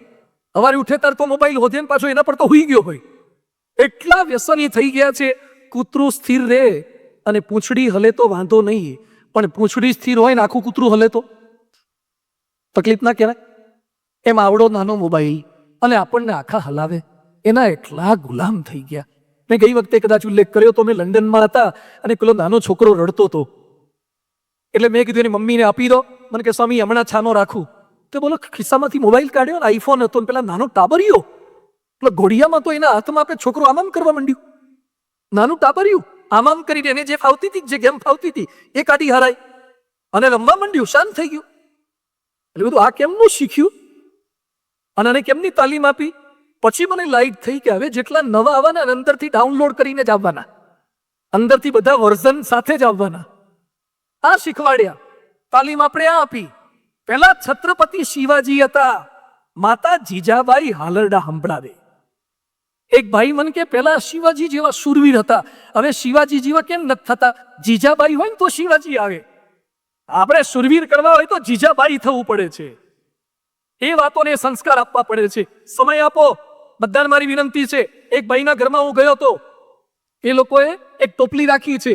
ઘરમાં પતિ, પત્ની, પરિવારના સભ્યો ખાતા પહેલા બધાએ પોતાના મોબાઈલ મૂકી દેવાના. પછી જ જમવા બેસવાનું. ઘણાના ઘરમાં હું જોઉં છું એક હાથમાં ખાતા હોય, એક હાથે ખાતા જઈને પાછા આમ જોતા જ હોય. એટલે તારે આટલો મોટો વહીવટ છે? એટલે ખાઈ તો લે હરખી રીતે. ખાતી વખતે મોબાઈલ, સૂતી વખતે મોબાઈલ, કોઈ પણ જગ્યાએ કથાને બેઠા હોય તો એ મોબાઈલ. આટલા ગુલામ મોબાઈલના કેમ થઈ ગયા? એક ફોન નહોતો કોઈ ચાલતું હતું. એક સોફા પર પરિવારના 5 સભ્ય બેઠા હોય, 5 ઓનલાઈન હોય. અને જે જાજા ઓનલાઈન રહે ને એ લગભગ આઉટલાઈન જાય.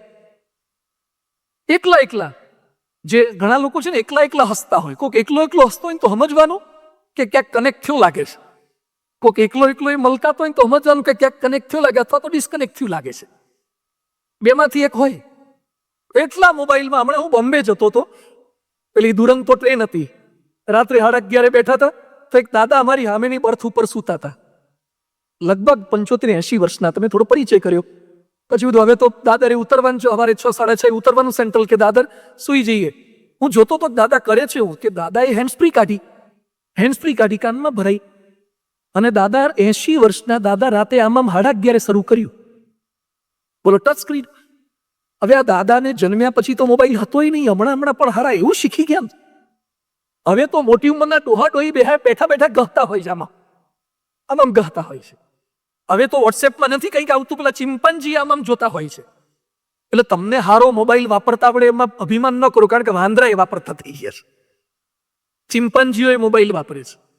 પણ જે મોબાઈલ લીધે તમારો પરિવાર ગૌણ થાય ને એટલો ના વાપરો એની ના થઈ. પણ સંબંધો બગડે એટલો મોબાઈલ ના વાપરો. સમય આપો, પરિવારને સમય આપો. સુખમાં યાદ કરો, દુઃખમાં યાદ કરો. પરિવારના સભ્યોને આદર આપો, માન આપો. સરદાર વલ્લભભાઈ પટેલ કોર્ટમાં કેસ લડતા હતા અને માતુશ્રી આવે, માતાને પગે લાગી ગયા. એની ખબર કાઢે, ખબર અંતર પૂછે. પરમ પૂજ્ય પ્રમુખ સ્વામી મહારાજ, અમે 1200 સંતો અને દેશ વિદેશમાં લાખો હરિભક્તો, એક એક હરિભક્ત માટે એટલો એમણે સમય આપ્યો છે, એટલો પ્રેમ કર્યો છે, એટલી લાગણી એમને દરેક માટે હતી. કોઈક સાજા માંદા હોય ત્યારે ત્યાં પહોંચી જવું, એના ખબર અંતર પૂછવા. આ સ્વામીજીએ સંસ્કાર આપ્યા હતા એટલે પ્રમુખ સ્વામીજી ધામમાં ગયા ત્યારે સારંગપુરમાં એમના અંતિમ દર્શન માટે 3 દિવસમાં 25 લાખ લોકો આવ્યા હતા. 25 લાખ લોકો. આ પ્રમુખ સ્વામી મહારાજનું ઇમોશનલ બેંક બેલેન્સ હતું. તમે ડિપોઝિટ કંઈ કર્યું ના હોય તો વિથડ્રો શું કરી શકો? તમે કોઈ દિવસ અંદર જમાત નથી કરાયું તો ઉપાડ કરી રીતે મળશે તમને. બીજું છે લોયલ વિથ ફેમિલી, પરિવારને વફાદાર રહો. એકવાર માછલીના બચ્ચાએ એની મમ્મીને પૂછ્યું કે મમ્મી, આપણે પાણીમાં રહેવાનું, પાણીમાં જ સ્કૂલ, પાણીમાં જ લગ્ન, પાણીમાં જ ફરવાનું, અને માણસો બધા જમીન પર કેમ રહે? માછલીએ જવાબ શું આપ્યો કે જે ફિશ હોય પાણીમાં રહે, સેલ્ફિશ હોય જમીન પર રહે. જે સ્વાર્થી હોય, થોડાક સ્વાર્થ માટે ગમે ત્યારે ગમે તેને દગો લઈ શકે, એનું નામ માણસ છે. પણ આજે મારી વાત એ કરવી છે કે સાપ ગમે તેટલી જગ્યાએ વાંકો ચાલે પણ દરમાં તો સીધા થવું પડે. એમ બહાર ગમે તેટલા કદાચ દોષો સ્વભાવ પ્રકૃતિ આપણા છતાં થઈ જતા હોય પણ પરિવારના સભ્યોને વફાદાર રહેજો. વફાદારી એટલે ખોટું બોલાય નહીં, પણ આપણને અંગ્રેજી સિસ્ટમે તાલીમ જ ખોટી આપી. નાના હતા તાર છોકરાઓને કવિતા કઈ શીખવાડી? Johnny Johnny what papa, eating sugar no papa, open your mouth. મોઢું ખોલ્યું તો અંદર ખાંડ હતી. અનટેલિંગ લાઈ, ખોટું બોલતો હતો. પહેલેથી છોકરાઓને ખાંડ ખાવાની પણ બાપ આગળ ખોટું બોલવાની કવિતાઓ શીખવાડી એટલે મોટા થઈને ખાંડ ખવડાવે ને. તાલીમ જ આપણી આ થઈ. છોકરાઓ ખોટું બોલે, અભ્યાસ બાને ખોટું બોલે, મોજશોખ કરીને ખોટું બોલે, ચેટિંગ ડેટિંગ કરતા હોય. પથારીમાં તમારી હાજરીમાં એ જુદું વાંચે છે. તમારી હાજરીમાં બુક હોય છે ને તમારી ગેરહાજરીમાં ફેસબુક હોય છે. ચેટિંગ ડેટિંગ, સંબંધો જુદા. તો એટલી વફાદારી કેમ આપણે રાખી શકતા નથી? વફાદારી એટલે ખોટું બોલે નહીં. રામ 14 વર્ષનો વનવાસ આવ્યો પણ જે પિતાને વચન આપ્યું હતું કે જંગલ સિવાય ક્યાંય નહીં જવું, તો શૃંગવેરપુરમાં પણ ન ગયા ને લંકા જીત્યા પછી લંકામાં ન ગયા. ગાંધીજી વિલાયત અભ્યાસ કરવા માટે ગયા અને માતાને પ્રોમિસ આપ્યું હતું કે દારૂને હાથ નહીં અડાડું, તો ગાંધીજીને અંગ્રેજો સમજાવતા જતા દારૂનો સ્પર્શ નથી કર્યો. જાદુગર કેલાલ રાજ કપૂરની પાર્ટીમાં ગયા પણ પૃથ્વીરાજ કપૂર એના બાપને વચન આપ્યું હતું એટલે એને દારૂના પ્યાલાને સ્પર્શ પણ નથી કર્યો. વચન જેને આપ્યું હોય ને એને પાળજો પાછા. પરમ પૂજ્ય પ્રમુખ સ્વામી મહારાજ સુંદલપુરામાં હતા અને હાર્ટ એટેક આવી ગયો 1983ના વર્ષમાં. આમાંથી જેને હાર્ટ એટેક આવ્યો એને દુખાવો ખબર પડે. સ્વામીજીને સુંદલપુરાથી વડોદરા લઈ જતા હતા અને રસ્તામાં અચાનક ગાડી ઊભી રખાવડાવી પ્રમુખ સ્વામી મહારાજે. એટલે સેવકો પાછા ગભરાઈ ગયા, બીજી ગાડીવાળા. તાત્કાલિક આવે, શું થયું? દુખાવો વધી ગયો. પ્રમુખ સ્વામીજી તૂટતા અવાજે, તૂટતા શબ્દોમાં શું બોલ્યા કે આણંદવાળા ડાયાભાઈ ગજ્જરના ત્યાં પારાયણમાં જવાનું આપણે કીધું છે પણ મને હાર્ટ એટેકનો દુખાવો થયો છે, મને તાત્કાલિક તમે ડોક્ટર પાસે લઈ જાઓ છો, તો હું પારાયણમાં નથી આવી શકતો, તો મારા બદલે માફી માંગજો અને કોઈ બીજા પારાયણમાં તૈયાર ત્યાં જઈ આવજો. અને વફાદારી કહેવાય. એકવાર જેને વચન આપ્યું હોય એને કોઈ પણ ભોગે એને સાચવવાની વૃત્તિ છે. પરિવારને પૂછ્યા વગર નિર્ણય નથી લેવાનો. વનવાસનો સરસ પ્રસંગ આવે છે પાંડવોનો.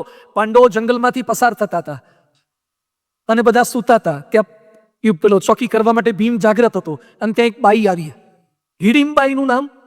અને હિડીમ્બાઈએ ભીમને જોયો એટલે ભીમ ગમી ગયો. એટલે હિડીમ્બા કહે છે કે તું મને ગમે છે તો આપણા બેનું ગોઠવાઈ જાય સારું. આમેથી પ્રપોઝલ. એટલે ભીમ કે હજુ તો આપણે પહેલી વાર મળ્યા છીએ અને તું મને પ્રપોઝલ આપી દે છે લગ્નનું. તું એ દેખાવમાં તો હારી જ લાગે છે પણ મારાથી મારા પરિવારના સભ્યોને પૂછ્યા વગર કશું કરાશે નહીં. આ આપણને શીખવાડ્યું છે વફાદારી એટલે. હમણાં એક ભાઈ મને મળ્યા, મને કે સ્વામી મારા ઘરેથી મારી દીકરી કોલેજની પરીક્ષા આપવા જવું છે એમ કહીને ભાગી ગઈ અને થોડાક સમય પછી ઘરમાં લેટર આવ્યો. લેટર શું આવ્યો કે મેં લવ મેરેજ કરી લીધા છે, કોર્ટ મેરેજનું કાગળિયું આવ્યું. મને કે 20 વર્ષ એને મોટી કરી અને લેશ માત્ર વિચાર ન આવ્યો એને આટલો દગો કરી દેવાનો. મુંબઈના એક હીરાના વેપારી, જેટલા વેપારી છે ધ્યાનથી સાંભળજો, થોડાક મહિના પહેલા મંદિરમાં આવ્યા હતા. કેમ્પસમાં 2-3 દિવસ ફરતા દેખાયા. મેં બોલાયા, પૂછ્યું તું કેમ કામે આવવાનું થયું તું? તો રડવા માંડ્યા. ઓફિસમાં બોલાયા, તું શું તકલીફ છે?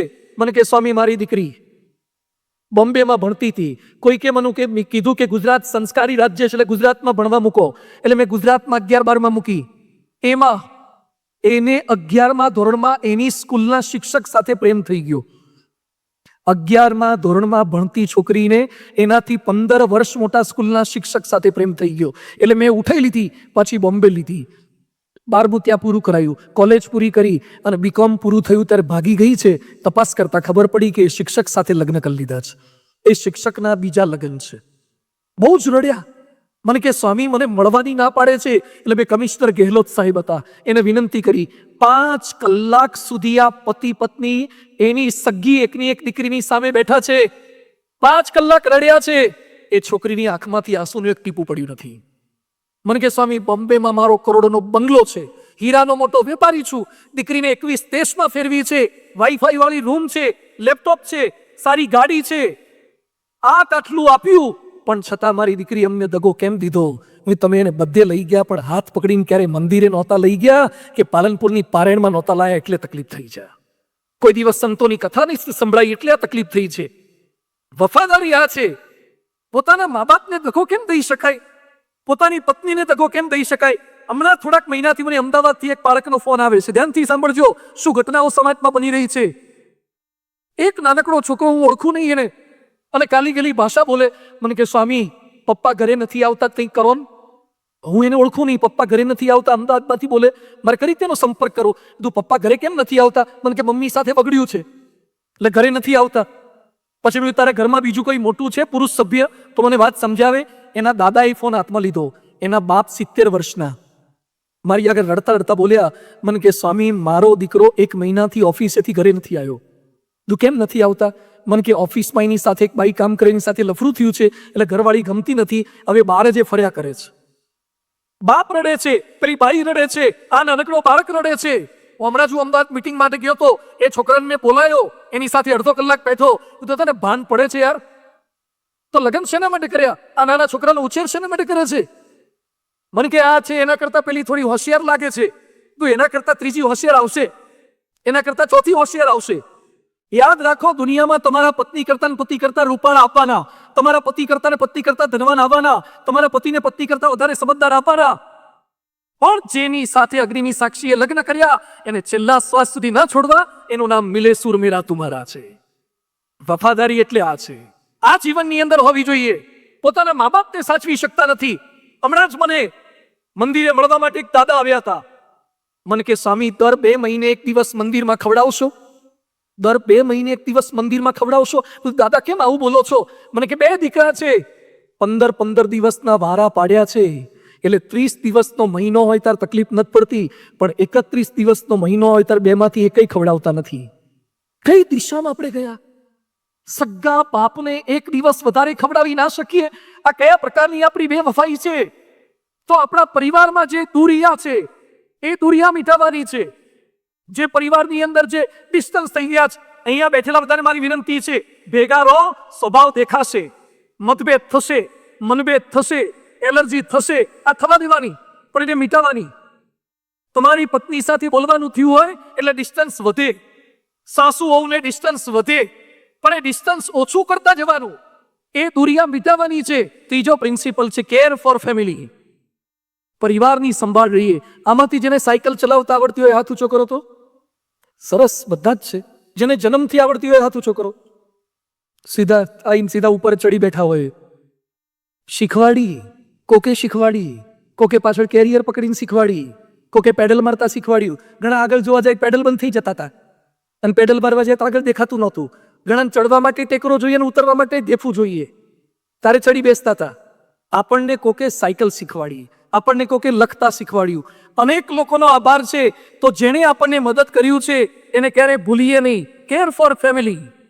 આપણા પરિવારના સભ્યોને કેમ મદદ ન કરી શકીએ? એની સેવા કેમ ન કરી શકીએ? આપણને ગમતા નથી ઘણા.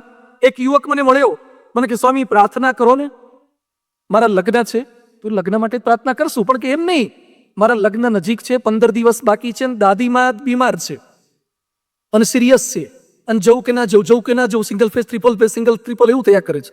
અને જો માજી ઉપડી ગયા તો રિસેપ્શન બગાડશે, ડીજે બગાડશે, મિષ્ટાન બગાડશે, હલ્દી રસમ બગાડશે. એટલે માજી ટકી જાય એવું કરો. બધું ભગવાનને પ્રાર્થના કરીએ. અમે તો અભિષેક કર્યો, સંતો તો પ્રાર્થના કરે, પછી કરતા કરતા તો ભગવાન છે. પછી પાછું થોડાક વખત પછી પાછો મળ્યો, એ બધું કેમ છે લગન? મને કે સુખ શાંતિથી પતી ગયા, કોઈ વાંધો ના આવ્યો. બધું હવે કેવું છે? મને કે સ્વામી પ્રાર્થના કરો ને 15 દાડાની વાત હતી, 1.5 મહિનો થયો, હવે જવાનું નામ લેતા નથી. ટકી ગયા કે વધારે પડતું ટકી ગયા? આપણને ઘરમાં કોઈ ખંટાતા નથી, વધારે રહે છે એ તકલીફ છે. તો પરિવારની સેવા, પરિવારની સંભાવના કરવાની છે, એની માગણીની સંભાળ. પરમ પૂજ્ય પ્રમુખ સ્વામી મહારાજ ઇન્દોર આઈઆઈએમના ડાયરેક્ટર રવિચંદ્રન સાહેબ આવ્યા. એમને કીધું સાહેબ આરામ કરીને જજો. પછી કે છે તમને તો આરામ મળશે, પણ તમારા ડ્રાઈવરને પણ આરામ મળી જાય, એટલે તમે આરામ કરીને જજો. ઇન્દોર આઈઆઈએમના ડાયરેક્ટર બોલ્યા, this is what we do not teach to IIM to care for people. અમે બીજું શીખવાડીએ છીએ, પણ માણસોની સંભાળ રાખવાનું તો પ્રમુખ સ્વામી મહારાજ પાસેથી શીખવા મળ્યું છે. સંભાળ એટલે આ છે, એની માગણીની સંભાળ, એની લાગણીની સંભાળ. આંસુઓના પડે પ્રતિબિંબ એવા દર્પણ ક્યાં છે, અને કહ્યા વિના સમજે એવા સગપણ ક્યાં છે. કહ્યા વગર સમજી જાય. એક ભાઈ બાદરામાં એના દીકરાને લઈને પ્રમુખ સ્વામી મહારાજ પાસે આવ્યા અને કે સ્વામીજી એને ભણાવો છે, આશીર્વાદ આપો, ડોક્ટર બનાવવો છે. સ્વામી કે પહેલા એને પૂછો જ ખરા કે એને શું બનવું છે. એ કે ના, કે મારે કોઈ પણ ગોગે ડોક્ટર બનાવો જ છે. સ્વામી કે એને પૂછો તો ખરા. સ્વામી કે તારે શું થવું છે? એ કે બાપા મારે એન્જિનિયર થવું છે. સ્વામી કે આગ્રહ ના કરો એને ડોક્ટર કરવાનો, એન્જિનિયર કરો. આપણે બધા છે ને ફ્રેમ ફિટ જ રાખીએ છીએ અને ફોટા કાપ કરીએ છીએ. ફ્રેમ ફોટા પ્રમાણે બનાવાય. ઘણા પોતાની ફ્રેમમાં પત્નીને ફિટ કરે, દીકરાને ફિટ કરે, એ રીતે સેટ કરે છે. સુરતના એક ભાઈએ મોટો બંગલો લીધો, પત્નીને ગમ્યું નહીં, એટલે પ્રમુખ સ્વામી મહારાજ પાસે આવ્યા અને કે સ્વામી આટલો મોટો બંગલો લીધો, સારો બંગલો લીધો, તો એ પત્નીને ફાવતું નથી, હવે ઘર બદલવાની વાત કરે છે. સ્વામી કે એને નથી ફાવતું, બદલી નાખો ને. તો પેલા ભાઈ કે સ્વામી એ જ એરિયામાં બીજો સારો છે ત્યાં લઈ લો. સ્વામી કે બીજો સારો લો, પણ પેલા એને બતાવી લેજો. રહેવાનું જાજુ એને જ, એને બતાવી લો એને ગમે છે કે નહીં.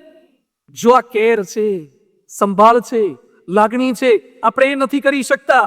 ન ધરા સુધી, ન ગગન સુધી, ન ઉન્નતિ, ન પતન સુધી. અહીં આપણે તો જવું હતું બસ એકમેકના મન સુધી. આકાશમાં જતા શીખી ગયા આપણે, પણ બીજાને સમજતા નથી શીખી શક્યા. ધ્યાનથી સાંભળજો. એક હીરાના વેપારીનું મૃત્યુ થયું, હીરાનો કારીગર, એનું મોત થયું. એની પત્નીને બાળક 2 જ હતા. એની પત્નીએ તપાસ કરી તો ઘરમાંથી એક પડીકું મળ્યું. પડીકું ખોલ્યું તો હીરા દેખાયા. એટલે પત્નીને એમ થયું કે હવે ઘર ચલાવવા માટે પૈસા તો જોઈશે. પતિ તો મરી ગયા, હું તો હીરા ઘસી શકું એમ નથી, તો આ હીરા વેચી નાખીએ તો ઘર ચાલે, છોકરા ભણે. એટલે એનો ભાઈ પણ હીરા જ ઘસતો હતો. એટલે એને બોલાયા કે ભાઈ મારા પતિ તો ગુજરી ગયા છે, પણ હીરાનું એક પડીકું ઘરમાંથી હાથ આવ્યું છે ને મોટું પડીકું છે, તો તું હીરાનો વેપાર કરે છે, આટલા મને વેચી આપ ને પૈસા આપ, તો એમાંથી મારું ઘર ચાલે. પેલા ભાઈએ હીરાનું પડીકું ખોલીને જોયું, પછી મલકાયો, પછી બંધ કરીને પાછું આપી દીધું. કે છે બેન હીરા રાખ તારી પાસે, વેચવા નથી, હું બેઠો છું ને, ભાણિયાને ભણવાની જવાબદારી મારી છે, તું ચિંતા ના કરીશ. ધીમે ધીમે ઘર ખર્ચ બધો આપતા ગયા. પેલો ભાણિયો મોટો થયો અને ભાણો પાછો શીખ્યો હીરાનું જ. હીરા પારખું થઈ ગયો. પછી એની માએ કીધું બેટા તારા બાપુજી તું નાનો હતો ત્યારે મરી ગયા હતા, અને એ વખતે હીરાનું પડીકું મૂકીને ગયા હતા, મેં ખોલ્યું હતું પણ મામાએ ના પાડી હતી કે હાલ નથી, ઘરનું ગુજરાન તો હું ચલાવીશ. હવે તું હીરા શીખી ગયો, તને બતાવું કે કેવા હીરા તારા બાપ મૂકીને ગયા છે, તો આપણે નવી ગાડી મકાન માટે તારા લગ્નમાં કામ લાગે. એની માએ જેવું પડીકું બતાવ્યું અને છોકરાએ હાથમાં લીધું બધું ફેંકી દીધું. એની માં કે બેટા શું કરે છે, આ હીરા કેમ ફેંકી દીધા, તારા બાપ મૂકીને ગયા હતા? એટલે નો હીરા, કાચના ટુકડા છે. એટલે એની માએ એના ભાઈને બોલાયા કે જે ભાઈ આજથી 15 વર્ષ પહેલા, 20 વર્ષ પહેલા મેં તને પડીકું બતાવ્યું કે હીરા છે, તાર તું મને કંઈ બોલ્યો નહોતો અને પાછું મૂકી દેવાની વાત કરી હતી, ને અત્યારે મારો દીકરો કહે છે કે આ તો કાચના ટુકડા છે, તો એ વખતે કાચના ટુકડા જ હતા, તો તે મને કીધું કેમ નહીં? હવે સાંભળજો બધા જ ભાઈઓ, બેન સાથેના સંબંધો સાચવવા હોય તો, પત્ની સાથેના સંબંધો સાચવવા હોય તો, એ ભાઈ કે છે બેન 20 વર્ષ પહેલા પણ એ કાચના ટુકડા જ હતા, પણ હું જો એમ બોલ્યો હોત કે આ તો કાચ છે, તો તને એમ થાત કે ભાઈની દાનત બગડી છે. હીરા છે પણ કાચ કંઈ મારી પાસેથી પડાવી લેવા છે, પણ મેં તારા દીકરાને હીરા પારખું થવા દીધો, અને 12 વાળા સલાહ આપે એના કરતા ઘરવાળા કાચના ટુકડા કે વધારે સારું છે. સત્ય કહેવાનો પણ એક સમય હોય છે. ઘણા કે હું તો બધાને સીધું ચોખ્ખું કહી દઉં, ચોખ્ખું ના કહેવાય. હવે સત્ય કહેવાનો પણ એક સમય હોય છે. તો સંભાર એટલે આ છે, કેર એટલે આ છે. નિસ્વાર્થ ભાવે પરિવારના સભ્યો સાથે જોડાવાનું છે. ચંદ્ર પર કે મંગળ ઉપર છુપાયેલા પાણી શોધવાનો પ્રયત્ન કરીએ છીએ, પણ પરિવારના સભ્યોની આંખમાં પાણી જોવાનું રહી જાય છે. ચંદ્ર પરનું પાણી, મંગળ પરનું પાણી બહુ કામ નહીં લાગે. પતિ પત્નીની આંખમાં કે બા બાપુજીની આંખમાં ક્યાંક પાણી ડોકાય ને એ થોડુંક જોવાનો પ્રયત્ન કરજો. અને ચોથો મુદ્દો છે બેર ફોર ફેમિલી. પરિવાર માટે સહન કરો. બહુ સરસ વાત છે. પરિવાર માટે થોડુંક સહન કરતા શીખીએ. અમદાવાદમાં એક બાપે દીકરીને કિચન લેવાની ના પાડી તો ઘર છોડીને જતી રહી. રાજપીપળામાં માતાએ પુત્રને ટીવી જોવા માટેના, ફિલ્મ જોવાના પૈસા ના આપ્યા, માતાની હત્યા કરી દીધી. ઝારખંડમાં એક છોકરાએ જેગુઆર ગાડી લેવાની એક વિનંતી કરી બાપને કે મને જેગુઆર લઈ આપો. BMW તો હતી જ, તો કે મને BMW નથી ફાવતી, જેગુઆર જોઈએ જ. એના બાપા કે BMW નવી છે, આ વાપર, પછી જેગુઆર લાવશું. આ ગુસ્સામાં આવી ગયો અને મોટી એક કેનાલ પસાર થતી તેની બાજુમાં જે BMW લઈ ગયો અને ધક્કો મારીને અંદર નાખી દીધી. બોલો, પણ સેજ મારા બાપુજીએ મારું ગમતું ના કર્યું, સહન કરી શકતા નથી. એકવાર એક ઘરની અંદર પત્ની દાળ પીરસવા ગયા. પતિદેવો સાંભળજો ધ્યાનથી. પત્ની દાળ પીરસવા ગયા, એમાં રોટલી પણ દાળનો છાંટો પડ્યો. અને અમુકને એવી ટેવ હોય છે, સહેજે છે ને સહેજ છાંટો ચલાવી ના લે. એમાં પતિ ગુસ્સે થઈ ગયા કે આટલા વખતથી પીરસે છે ને પીરસતા આવડતું નથી, રોટલી કૂણી કરી નાખી, ભીની કરી નાખી, હવે કડક નહીં રે, મજા નહીં આવે. અને પત્ની ઉપર ગુસ્સે થઈ ગયા, પત્નીને લાફો માર્યો. બહુ હિંમત વાળા હતા એટલે લાફો માર્યો. એ જ વખતે એના હાળાનો પ્રવેશ થયો. કોણ જાણે ટાઈમે જ આયા ભૈરાજ. અને એના ભાઈએ જોયું કે મારી બેન ઉપર હાથ ઉપાડે છે, મારી ગેરહાજરીમાં ઉપાડે છે, તો રોજ તો કેવું મારતા હશે. એટલે બંને ત્યાં બથમ બથાઈ ગયા, મારામારી થઈ ગઈ, કેસ કરી દીધો. પેલા ભાઈને 7 મહિના જેલ થઈ પતિદેવને, અને 7 મહિના સુધી રોજ રોટલી દાળમાં પલાળીને ખાય છે. કારણ કે જેલની રોટલીઓ જોઈ છે, એને પલાળવી જ પડે, એમાં છાંટો દાળ ના ચાલે, આખી દાળ જોઈએ. તો થોડો છાંટો ચલાવી લીધો હોત તો, પણ આ ચલાવી ના શક્યા, સહન નથી કરી શકતા. એકવાર પતિ પત્ની વચ્ચે ઝઘડા બહુ થતા હતા, એટલે મનોચિકિત્સકે પત્નીને કીધું કે ભૂલ થાય, પતિને માફ કરવા, થોડું ઘણું સહન કરો. તો પત્ની કે નહીં જ કરું. એ કે ભગવાન આવીને કહેતો તોય નહીં કરું.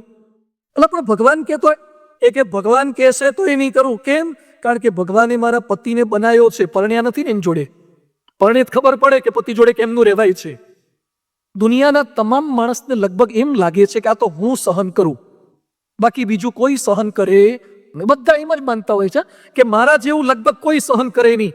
અરે રામ ભગવાને શું સહન કર્યું હતું? 14 વર્ષ જંગલમાં જવાનું, કઈ કઈનો બદલો લેવાની વાત નથી કરી. લક્ષ્મણે નિસ્વાર્થ ભાવે સહન કર્યું. હવે ધ્યાનથી સમજો, લક્ષ્મણે શું સહન કર્યું. પત્નીને છોડીને 14 વર્ષ ભાઈ ભાભીની સેવા કરવા ગયા. આટલી સેવા કરતા હતા તો એ સીતાએ લક્ષ્મણને બહુ જ ખરાબ શબ્દો કીધા કે તારી દાનત એવી છે કે રામ મરી જાય તો હું તારી સાથે લગ્ન કરું, એટલે તું રામને બચાવવા નથી જોતો. હવે લક્ષ્મણ બિચારો પગથી ઉપર નજર કરીને જોતો નહોતો. યાદ રાખજો, તમે ગમે તેટલી ભાઈ ભાભીની સેવા કરશો ને તો એ કેટલીક ભાભીના મોઢામાંથી શબ્દો નીકળશે ખરા. અને લક્ષ્મણ રેખા દોરીને ગયો તો એ ભાભીએ લક્ષ્મણ રેખાનું ઉલ્લંઘન કર્યું, લક્ષ્મણનું અપમાન કર્યું, લક્ષ્મણ રેખાનું અપમાન કર્યું. તો એ લક્ષ્મણ બિચારો પાછો ભાભીને શોધવા માટે, મહેનત કરવા માટે પડી ગયો. ભાભી સાથે આંટી રાખી, અબોલા રાખ્યા, રીસ રાખ્યા. કેટલું સહન એને કર્યું હતું. રાવણ સામે જે સીતાની નજર પણ નહોતી કરી, એ સીતાને રામ અગ્નિ પરીક્ષામાં પસાર કરે. પણ છતાં રામે શંકા કરી છે. અરે અગ્નિ પરીક્ષા કરી અને સગર્ભ અવસ્થામાં કાઢી મૂક્યા છે, છતાં સીતાએ હસ્તે મુખે સહન કર્યું, પાંડવોએ સહન કર્યું, દ્રૌપદીનું વસ્ત્રાહરણ એ પણ સહન કર્યું. અને ભગવાન કૃષ્ણ જે સહન કર્યું છે ને, જન્મ જેલમાં થયો, મૃત્યુ પારધી દ્વારા થયું, દ્રૌપદીના વસ્ત્રાહરણમાં પહોંચ્યા તો એ દ્રૌપદી પાછી શું કે કૃષ્ણ મોડું બહુ કર્યું. કૃષ્ણ કે મોડું નહોતું કર્યું, હું તો વેઇટિંગમાં બેઠો તો, તું યાદ કરે પછી અવાય ને, હું તો રાહત જોતો હતો. કૃષ્ણ ભગવાને મહાભારત યુદ્ધ અટકાવવાના પ્રયત્ન કર્યા તો એ ગાંધારીએ શાપ આપ્યો કે તારા લીધે જ યુદ્ધ થયું છે, અને કૃષ્ણ ભગવાનને શાપ ખાવો પડ્યો. તો ભગવાને સહન કર્યું, ભક્તોએ સહન કર્યું. પરમ પૂજ્ય પ્રમુખ સ્વામી મહારાજના ચિત્રલેખાના તંત્રીએ પ્રશ્ન કર્યો તો લોકો ટીકા કરે, પ્રશ્નો કરે, તમને લાગતું નથી? પ્રમુખ સ્વામીજી બોલ્યા હતા કે અમને તેની ચિંતા જ નથી. બોલનારા બોલ્યા કરે, એનો વિચાર જ નથી. અરે બોલે નહીં, અક્ષરધામ પર એટેક થઈ જાય ને તો એમને વિચાર નથી આવતો. કોઈ પણ પરિસ્થિતિમાં લેશ માત્ર એ ગભરાતા નથી. આજે વિશ્વવંદનીય સંત મહંત સ્વામી મહારાજ, એમનો એક પ્રસંગ મારે કહેવો છે. મોરબી મહંત સ્વામી મહારાજ આવ્યા હતા, ત્યારે મેં સંતો એમને પ્રશ્ન પૂછ્યો કે સ્વામી આપનું પણ અપમાન બહુ થયું છે, અંદરના બહારના તમારી ટીકા કરી છે, હળદૂત કરવાના પ્રયત્ન કર્યા છે, તો તમને લાગ્યું નથી? હવે સાંભળજો, મહંત સ્વામી શું બોલ્યા કે છોકર મત કહેવાય, એ તો બધાની છોકર મત કહેવાય. પછી સ્વામીજી એક વાક્ય બોલ્યા કે મને ક્યારે કોઈએ અપમાન કર્યું એવું લાગ્યું જ નથી. આ કઈ ભૂમિકા પર જીવતા હશે? એ દાઢમાં તો નહીં પણ દાંતમાંય નથી રાખતા કોઈને. એમને તો દાઢમાં તો રાખતા જ નથી, કોઈને દાંતમાંય નથી રાખતા. લડાઈ અપને આપ સે હો તબ જીતના ચાહીએ. આ જોજો ધ્યાનથી, હિન્દી કોટેશન યાદ રાખજો ને બોલજો કાલે એકવાર. અત્યારે હું બોલાવું છું, બોલો. લડાઈ અપને આપ સે હો तब जीतना चाहिए, लड़ाई जो अपनों से हो तब हारना चाहिए. સમજી ગયા? પોતાની જાત સાથે લડાઈ થાય તો જીતીને બતાવવાનું, એમાં હારી જઈએ જ. રાત્રે એલાર્મ મૂક્યું કોણે હોય? આપણે. અને હવારના પોરમાં સ્નૂઝ દબાઈને પાછું હુઈ કોણ જાય?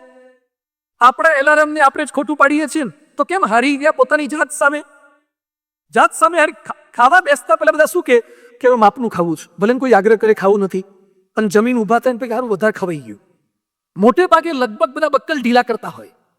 કેમ? તો કેમ હારી ગયા પોતાની જાત સામે? જીભ સામે હારી ગયા, આંખ સામે હારી ગયા, કાન સામે હારી ગયા. પોતાની જાત સામે હારી જાઓ છો. જાત સામે જીતો અને પોતાના પરિવારજનો સામે હારી જાઓ તો મિલે સુર મેરા તુમારા થશે. એની સામે હારી જવાનું છે. પોતાના જે કઈ સ્વજનો છે એની સામે હારી જવાનું, અને આપણને જ્યાં મળ્યા છે એની સામે હારવાનું. પ્રશ્નો તો થાય, વિઘ્નો તો આવે, કોઈ આપણું કહ્યું ન કરે, પણ છતાં આનંદથી રહેવાનું છે.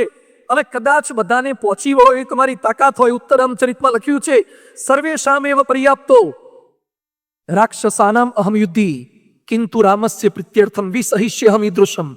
હનુમાનજીને જ્યારે બાંધી દીધા ત્યારે હનુમાનજી કહે છે, આખી લંકાને હું એકલો પહોંચી વળું એમ છું, પણ છતાં હું લંકાના લોકોને મારીશ નહીં, કારણ કે રામ રાજી નહીં થાય.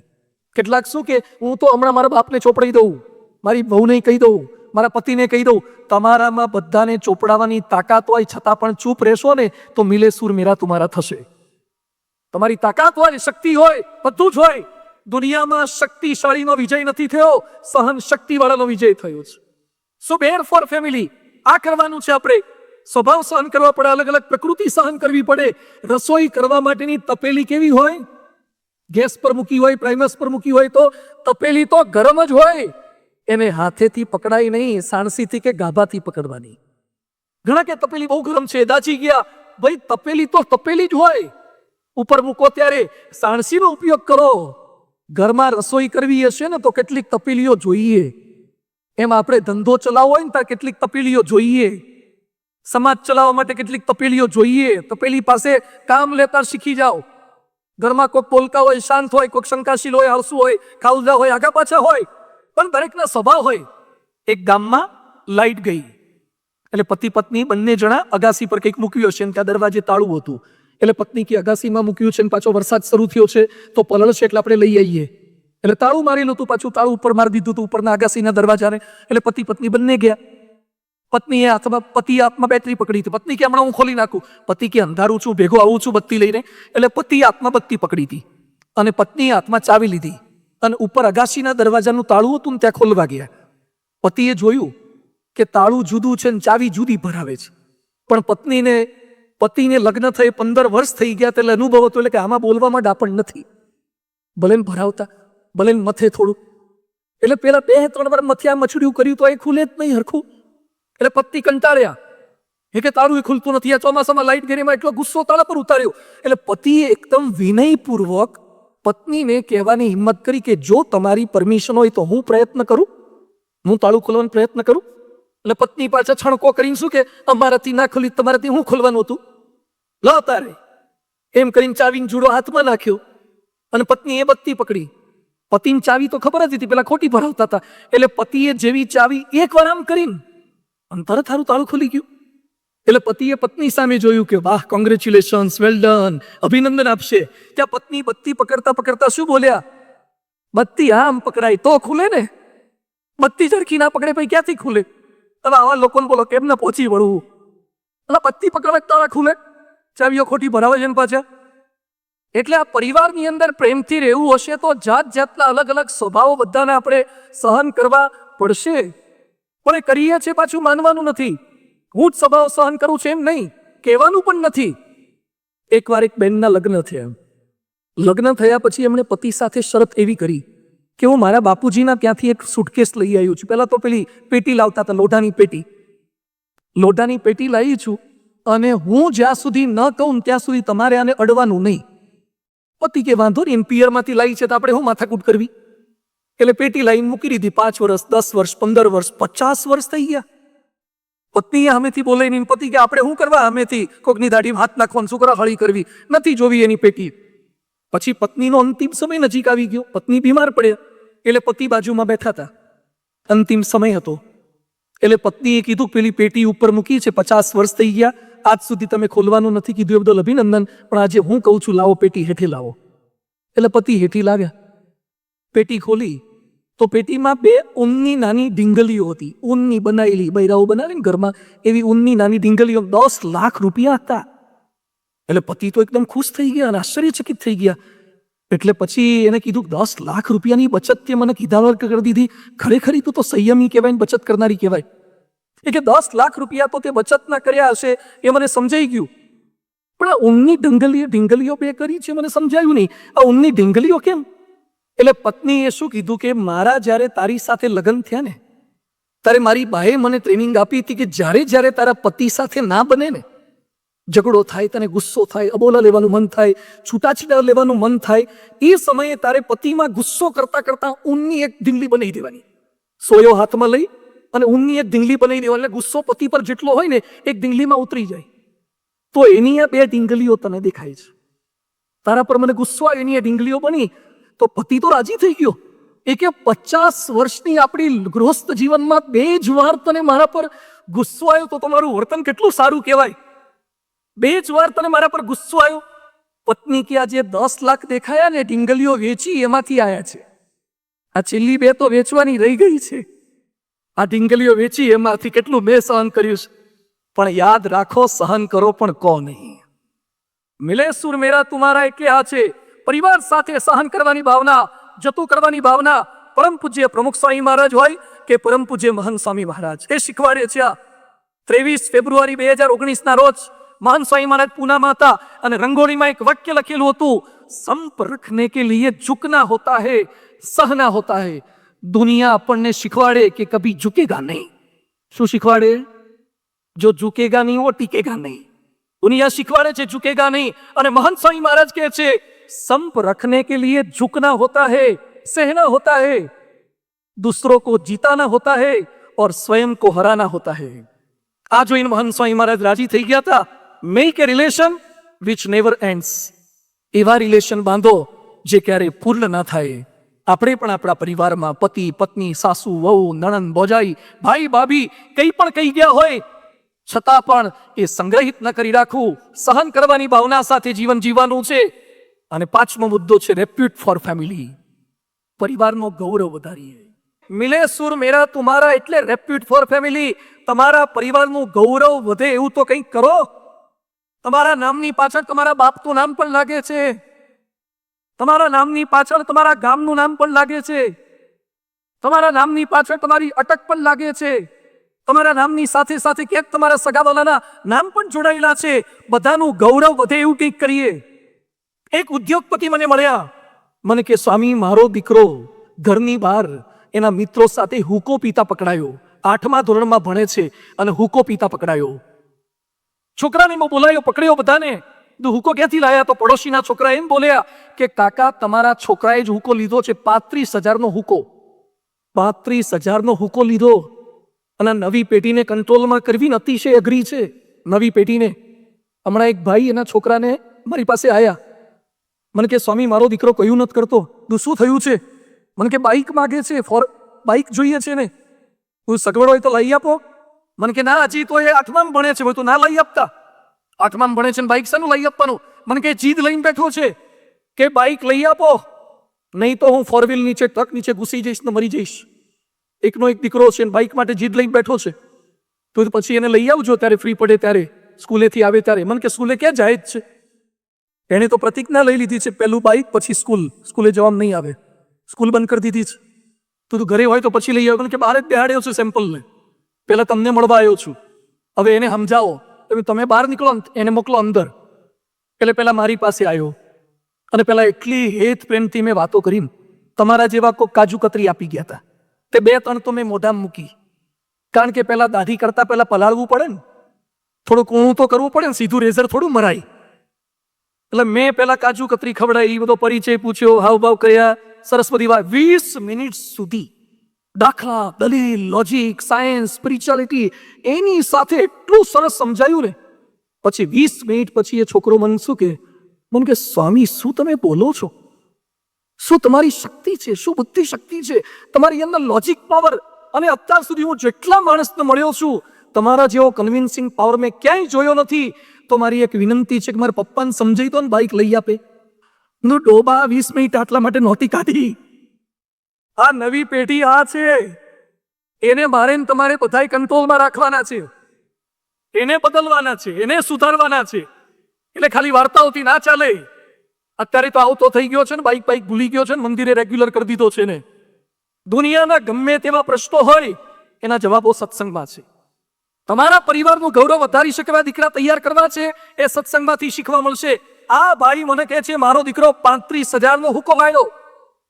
ગુજરાતમાં જે ડ્રગ્સ વધ્યું છે ને, 30,000 કરોડનું ડ્રગ્સ પકડાયું છે. અમદાવાદની અંદર ડ્રગ્સ પીનારા, ડ્રગ્સ ખાનારા, ઇન્જેક્શન લેનારા અને ડ્રગ્સ લેનારા નહીં, ડ્રગ્સ વેચનારા વધી ગયા છે. અમદાવાદના પોલીસ કમિશનર બોલી ગયા કે કેટલાની સ્કૂલ બેગો અમે ચેક કરીએ, સ્કૂલ બેગે ડ્રગ વેચવાનો ધંધો શરૂ થઈ ગયો છે. જો ધ્યાન નહીં રાખીએ તો ગુજરાત અને ભારત કઈ દિશામાં આગળ પ્રગતિ નહીં, અધોગતિ કરવાનું છે. આજે ફ્રેન્ડશિપ અને લવશિપના કુંડાળે ચડી અને મા બાપની આબરૂ ઓછી કરનારા કેટલા દીકરા દીકરીઓ છે, ભાગીને લગ્ન કરનારા કેટલા છે. તમારી હાર જીત એ ખાલી તમારી હાર જીત નથી, તમારા બાપની ને તમારી માની પણ હાર જીત છે, તમારા સમાજની પણ હાર જીત છે.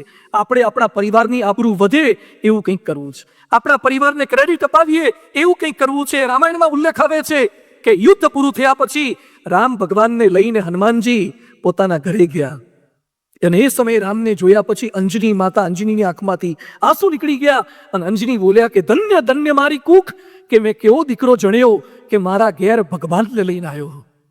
આને દીકરો કહેવાય. કેટલાને ઘેર પાનના ગલ્લાવાળા બિલ આપવા આવે, છોકરીનો બાપો આવે, તમારો દીકરો છેડતી કરતા પકડાય છે, સ્કૂલમાંથી સસ્પેન્ડ આવે, એટી આવે અને પેલા સીસીટીવી કેમેરા વાળા કોર્પોરેશન વાળા બિલ મોકલાવે, મેમો મોકલાવે ઘેર. આ એ દીકરા છે. દીકરા એટલે શું છે? પરિવારનું ગૌરવ વધારી શકે દીકરા છે. આજે પ્રમુખ સ્વામી મહારાજે પેઢી તૈયાર કરી છે. અમદાવાદમાં 14 વર્ષનો છોકરો યજ્ઞેશ એનું નામ, એનો જન્મદિવસ હતો. એના પિતાએ વુડલેન્ડના શૂઝ, સારા શૂઝ આવે છે, રીબોકના બધા શૂઝ આવે ને, વુડલેન્ડના શૂઝ, એટલે વુડલેન્ડના મોંઘા શૂઝની ગિફ્ટ આપી હતી. બેટા તારો 14મો જન્મદિવસ છે, તને વુડલેન્ડના શૂઝ મારે આપવા છે. સાંભળજો બધા દીકરાઓ. એ દીકરો એના બાપને કહે છે કે પિતાજી મને આપવું હોય તો વુડલેન્ડના શૂઝ નહીં, બીજી ગિફ્ટ જોઈએ છે. શું ગિફ્ટ જોઈએ છે? બોલ બેટા.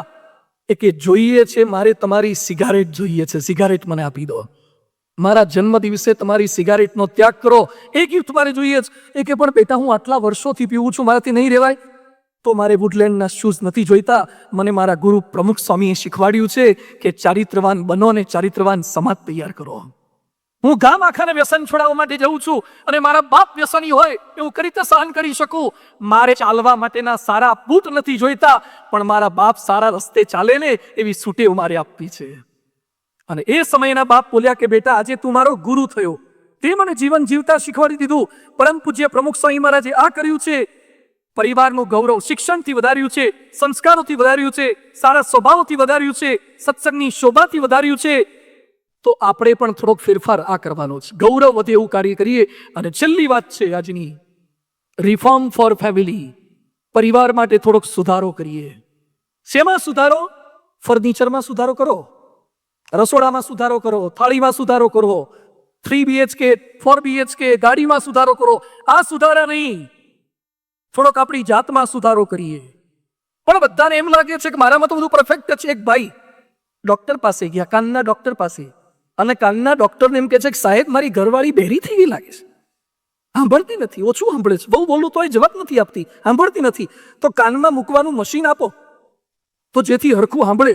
તો ડોક્ટર કે પેશન્ટને જોયા વગર મશીન અમે ના આપી શકીએ, પેશન્ટને ચેક કરવા પડે, ડેફનેસના પણ પ્રકાર હોય છે, બહેરાશના પ્રકાર હોય છે, એ મુજબ મશીન અપાય. તો કે સાહેબ મશીન આપો ને, એ તો બહેરી માનતી જ નથી પોતાની જાતને, એટલે આવશે જ નહીં દવાખાને. તો ડોક્ટર કે એક કામ કરો, પેલા ઘરે જઈને તમે ટેસ્ટિંગ કરો, મને નક્કી કરીને આપો કે એને કેટલા ફૂટનું સંભળાતું નથી. તો કે સાહેબ મારે શું કરવાનું? એ કે 15 ફૂટ દૂર ઉભા રહીને પૂછજો કંઈક, પછી ન સંભળાય તો 10 ફૂટે જજો, ન સંભળાય તો 5 ફૂટે જજો, ન સંભળાય તો કાનમાં કહેજો, એટલે ખબર પડી જાય કે બહેરાશ કેટલી છે. પેલા ભાઈ કે સરસ, કે ઘરવાળી બહેરી છે ને આજે આપણે ટેસ્ટિંગ કરી દઈએ. એટલે ઘરે ગયા અને 15 ફૂટ દૂર ઉભા રહ્યા અને પછી બોલ્યા. પેલી બાઈ રસોડામાં હતી, એ કે શેનું શાક બનાવ્યું? તો એ કંઈ સંભળાયું નહીં. એટલે 10 ફૂટે ગયા, કે તકલીફ તો છે જ. 10 ફૂટે જઈને કે શેનું શાક બનાવ્યું? તો એ કંઈ સંભળાયું નહીં. 5 ફૂટે ગયા, શેનું શાક બનાવ્યું? તો એમ સંભળાયું નહીં. એ કે 5 ફૂટ, તકલીફ તો પાકી તકલીફ છે, 5 ફૂટનું નથી સાંભળતી, આને તો મોટું મશીન મૂકવું પડશે. એટલે રસોડામાં એકદમ બૈરાની પાસે જઈને કાનમાં જઈને કે શેનું શાક કર્યું? ઘરવાળી કે 4 વાર બોલી કે રીંગણાનું કર્યું. 4 વાર બોલી રીંગણાનું કર્યું, હજી સંભળાતું નથી. ઓ બોલો, મશીન કોને મૂકવાની જરૂર હતી? આ કથા સાંભળ્યા પછી ઘરવાળાના કાનમાં મશીન ન મૂકતા થોડાક તમારા કાનમાં મૂકજો. આપણામાં થોડાક સુધારા કરવાના. રિફોર્મ ફોર ફેમિલી, મારી જાતમાં સુધારો કરવાનો. ચાણક્યએ માતાની સેવા કરવા માટે પોતાના દાંત તોડી નાખ્યા. ભીષ્મ પિતામહે પિતા શાંતનુને બીજા લગ્ન કરવાતા, એટલે ભીષ્મ પ્રતિજ્ઞા આજીવન બ્રહ્મચર્યની પ્રતિજ્ઞા લઈ લીધી. રિફોર્મ ફોર ફેમિલી, પોતાની જાતમાં ફેરફાર કરી દો. એક ચિંતકે સરસ લખ્યું છે, if everyone is happy with you then you have done lots of compromise in your life. જો બધા તમારાથી રાજી હોય તો સમજજો કે તમે દર વખતે જતું કર્યું જ છે. જે જતું કરે ને એ જીતી જાય, જતું કરે એ જીતી જાય. આ સત્સંગની સમજણ આપણને આપે છે.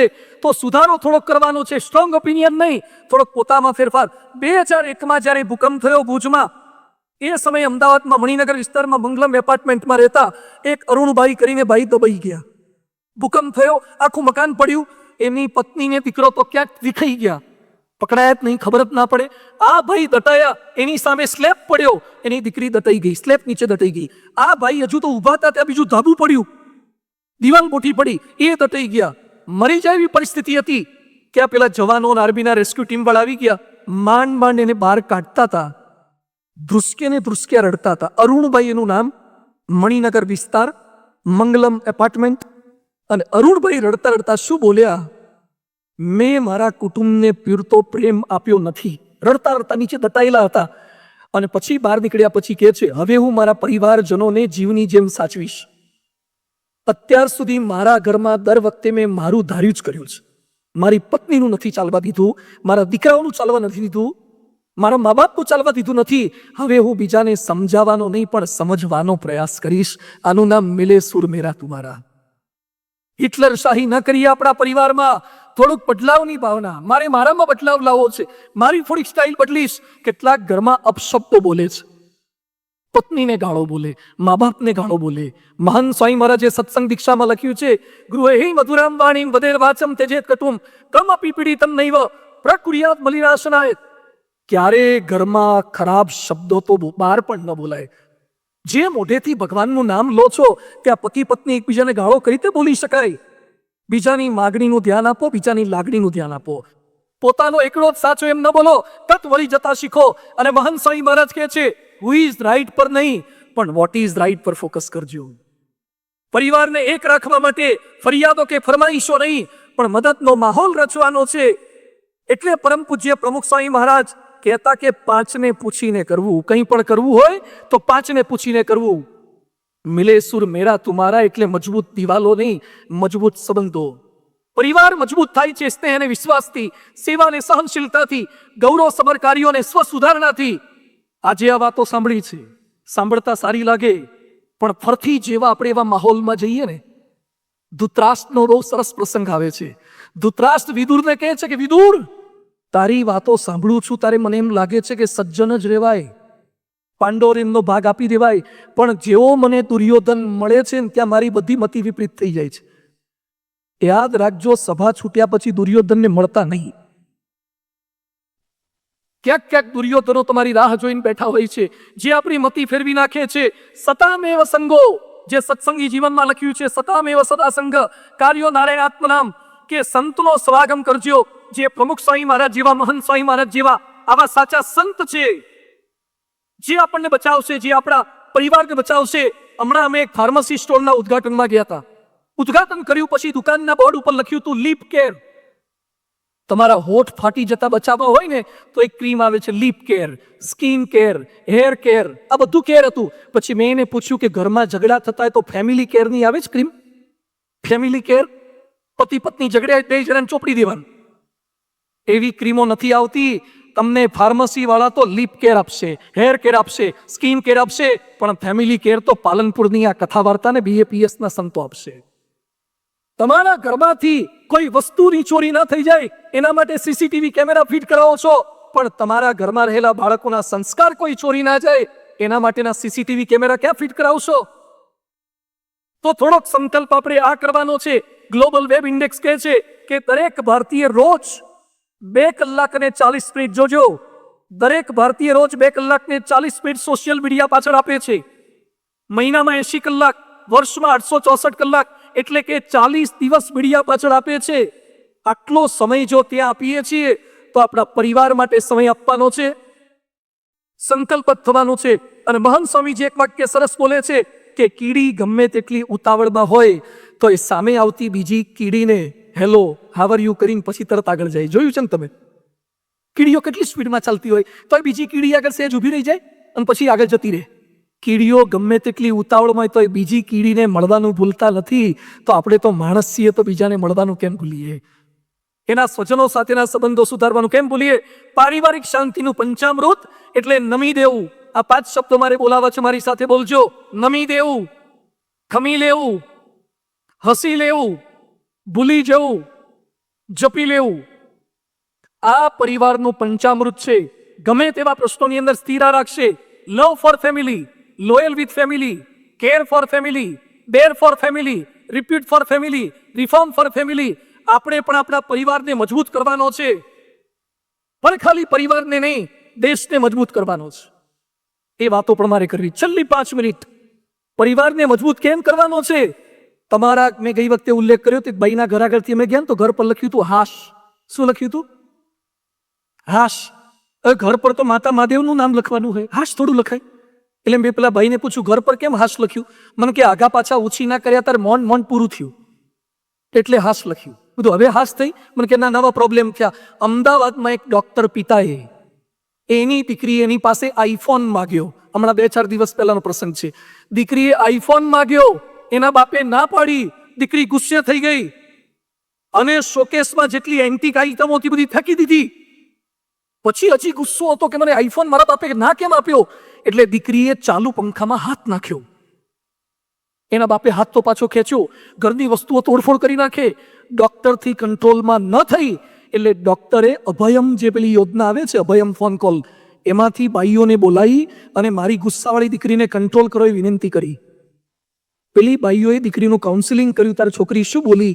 હું એકની એક સંતાન છું, હું ના સાંભળવા માટે ટેવાયેલી નથી અને મારા બાપે મને આઈફોન આપવાની ના કેમ પાડી?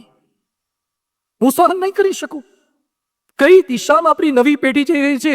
અહીંયા બેઠેલા તમામ મોટી ઉંમરનાને મારી વિનંતી છે, અમે આજે જે પ્રયત્ન કરી રહ્યા છીએ એ સમાજ માટે પ્રયત્ન કરી રહ્યા છીએ. આવનારા દિવસો ખૂબ ભારે છે. તમારી હાજરીમાં દીકરા દીકરી જુદા છે અને ગેરહાજરીમાં જુદા છે. છૂટાછેડાના પ્રમાણ વધી રહ્યા છે, હત્યા આત્મહત્યા વધી રહી છે, ડ્રગ્સ નાર્કોટિક્સ વધી રહ્યા છે અને ભારતમાં ભ્રષ્ટાચાર દુરાચાર વધી રહ્યા છે. મોટા મોટા મોલ થવા લાગ્યા એટલે પૂરું થઈ ગયું. આજે અમેરિકામાં હમણાં ટેક્સાસનો પ્રસંગ તમે સાંભળ્યો તો. ટેક્સાસમાં છોકરાએ 19 બાળકો અને 2 સ્ટાફ 21 સભ્યોનું મર્ડર કરી નાખ્યું. એની પહેલા કનેક્ટિકટમાં એડમ લાંચાએ 21 જણાને મારી નાખ્યા હતા ઓબામાના સમયમાં, અને ઓબામા બોલ્યા હતા. અમેરિકાને હલાવી નાખે એવી ઘટના છે. આ વખતે ટેક્સાસમાં 21 મર્યા. રાષ્ટ્રીય શોક જાહેર કરવો પડ્યો છે. અમેરિકાની 33 કરોડની વસ્તી છે અને 34 કરોડ બંદૂકો છે. 34 કરોડ બંદૂકો છે અમેરિકાની કેટલી સ્કૂલમાં મેટલ ડિટેક્ટર મૂકે છે. ભારતને કઈ દિશામાં લઈ જવું છે, આમાંથી જેટલા ભારતવાસી હોય, ભારતના છીએ આપણે બધા, ભારતવાસી છીએ. હું ભારતમાં છું, પણ ભારત મારામાં ખરું કે નહીં? ભારતનું જેટલું વિદેશીઓએ બગાડ્યું છે એના કરતા દેશીઓએ બગાડ્યું છે. નર્મદા યોજનાનો પ્રારંભ કર્યો ત્યારે સિમેન્ટની થેલીનો ભાવ હતો 15 રૂપિયા અને પૂરી થઈ ત્યારે 350 રૂપિયા થઈ ગયો હતો. કેમ નર્મદા યોજનાને પૂરી કરતા આટલી વાર લાગી? સિમેન્ટ ખૂટ્યો હતો, લોખંડ ખૂટતું હતું. ભારતમાં ખૂટતું તત્વ શું છે? 1.25 અબજની વસ્તી, વિશ્વના દરેક ખૂણે ખૂણે ભારતીયો. જો વિશ્વ આખાની અંદર ટેકનોલોજીમાં કે દરેક ફિલ્ડમાં નામ રોશન કરી શકતા હોય તો ભારતમાં કેમ નહીં? આઝાદી કા અમૃત મહોત્સવ તો આપણે ઉજવીએ છીએ, પણ સાચી આઝાદીનો અમૃત મહોત્સવ કેમ છે? ખૂબ મોટી સંખ્યામાં બધા જ હિન્દુસ્તાની અનેક લોકોને પરિવારજનો સાથે પધારીએ, આપણા પરિવારને સુખી પરિવાર બનાવી શકીએ અને આપણા રાષ્ટ્રને શ્રેષ્ઠ રાષ્ટ્ર બનાવી શકીએ એવી વાતોને સાંભળીએ. ખૂબ ખૂબ આભાર. સૌ કોઈનો આભાર સાથે અભિનંદન. જય સ્વામિનારાયણ.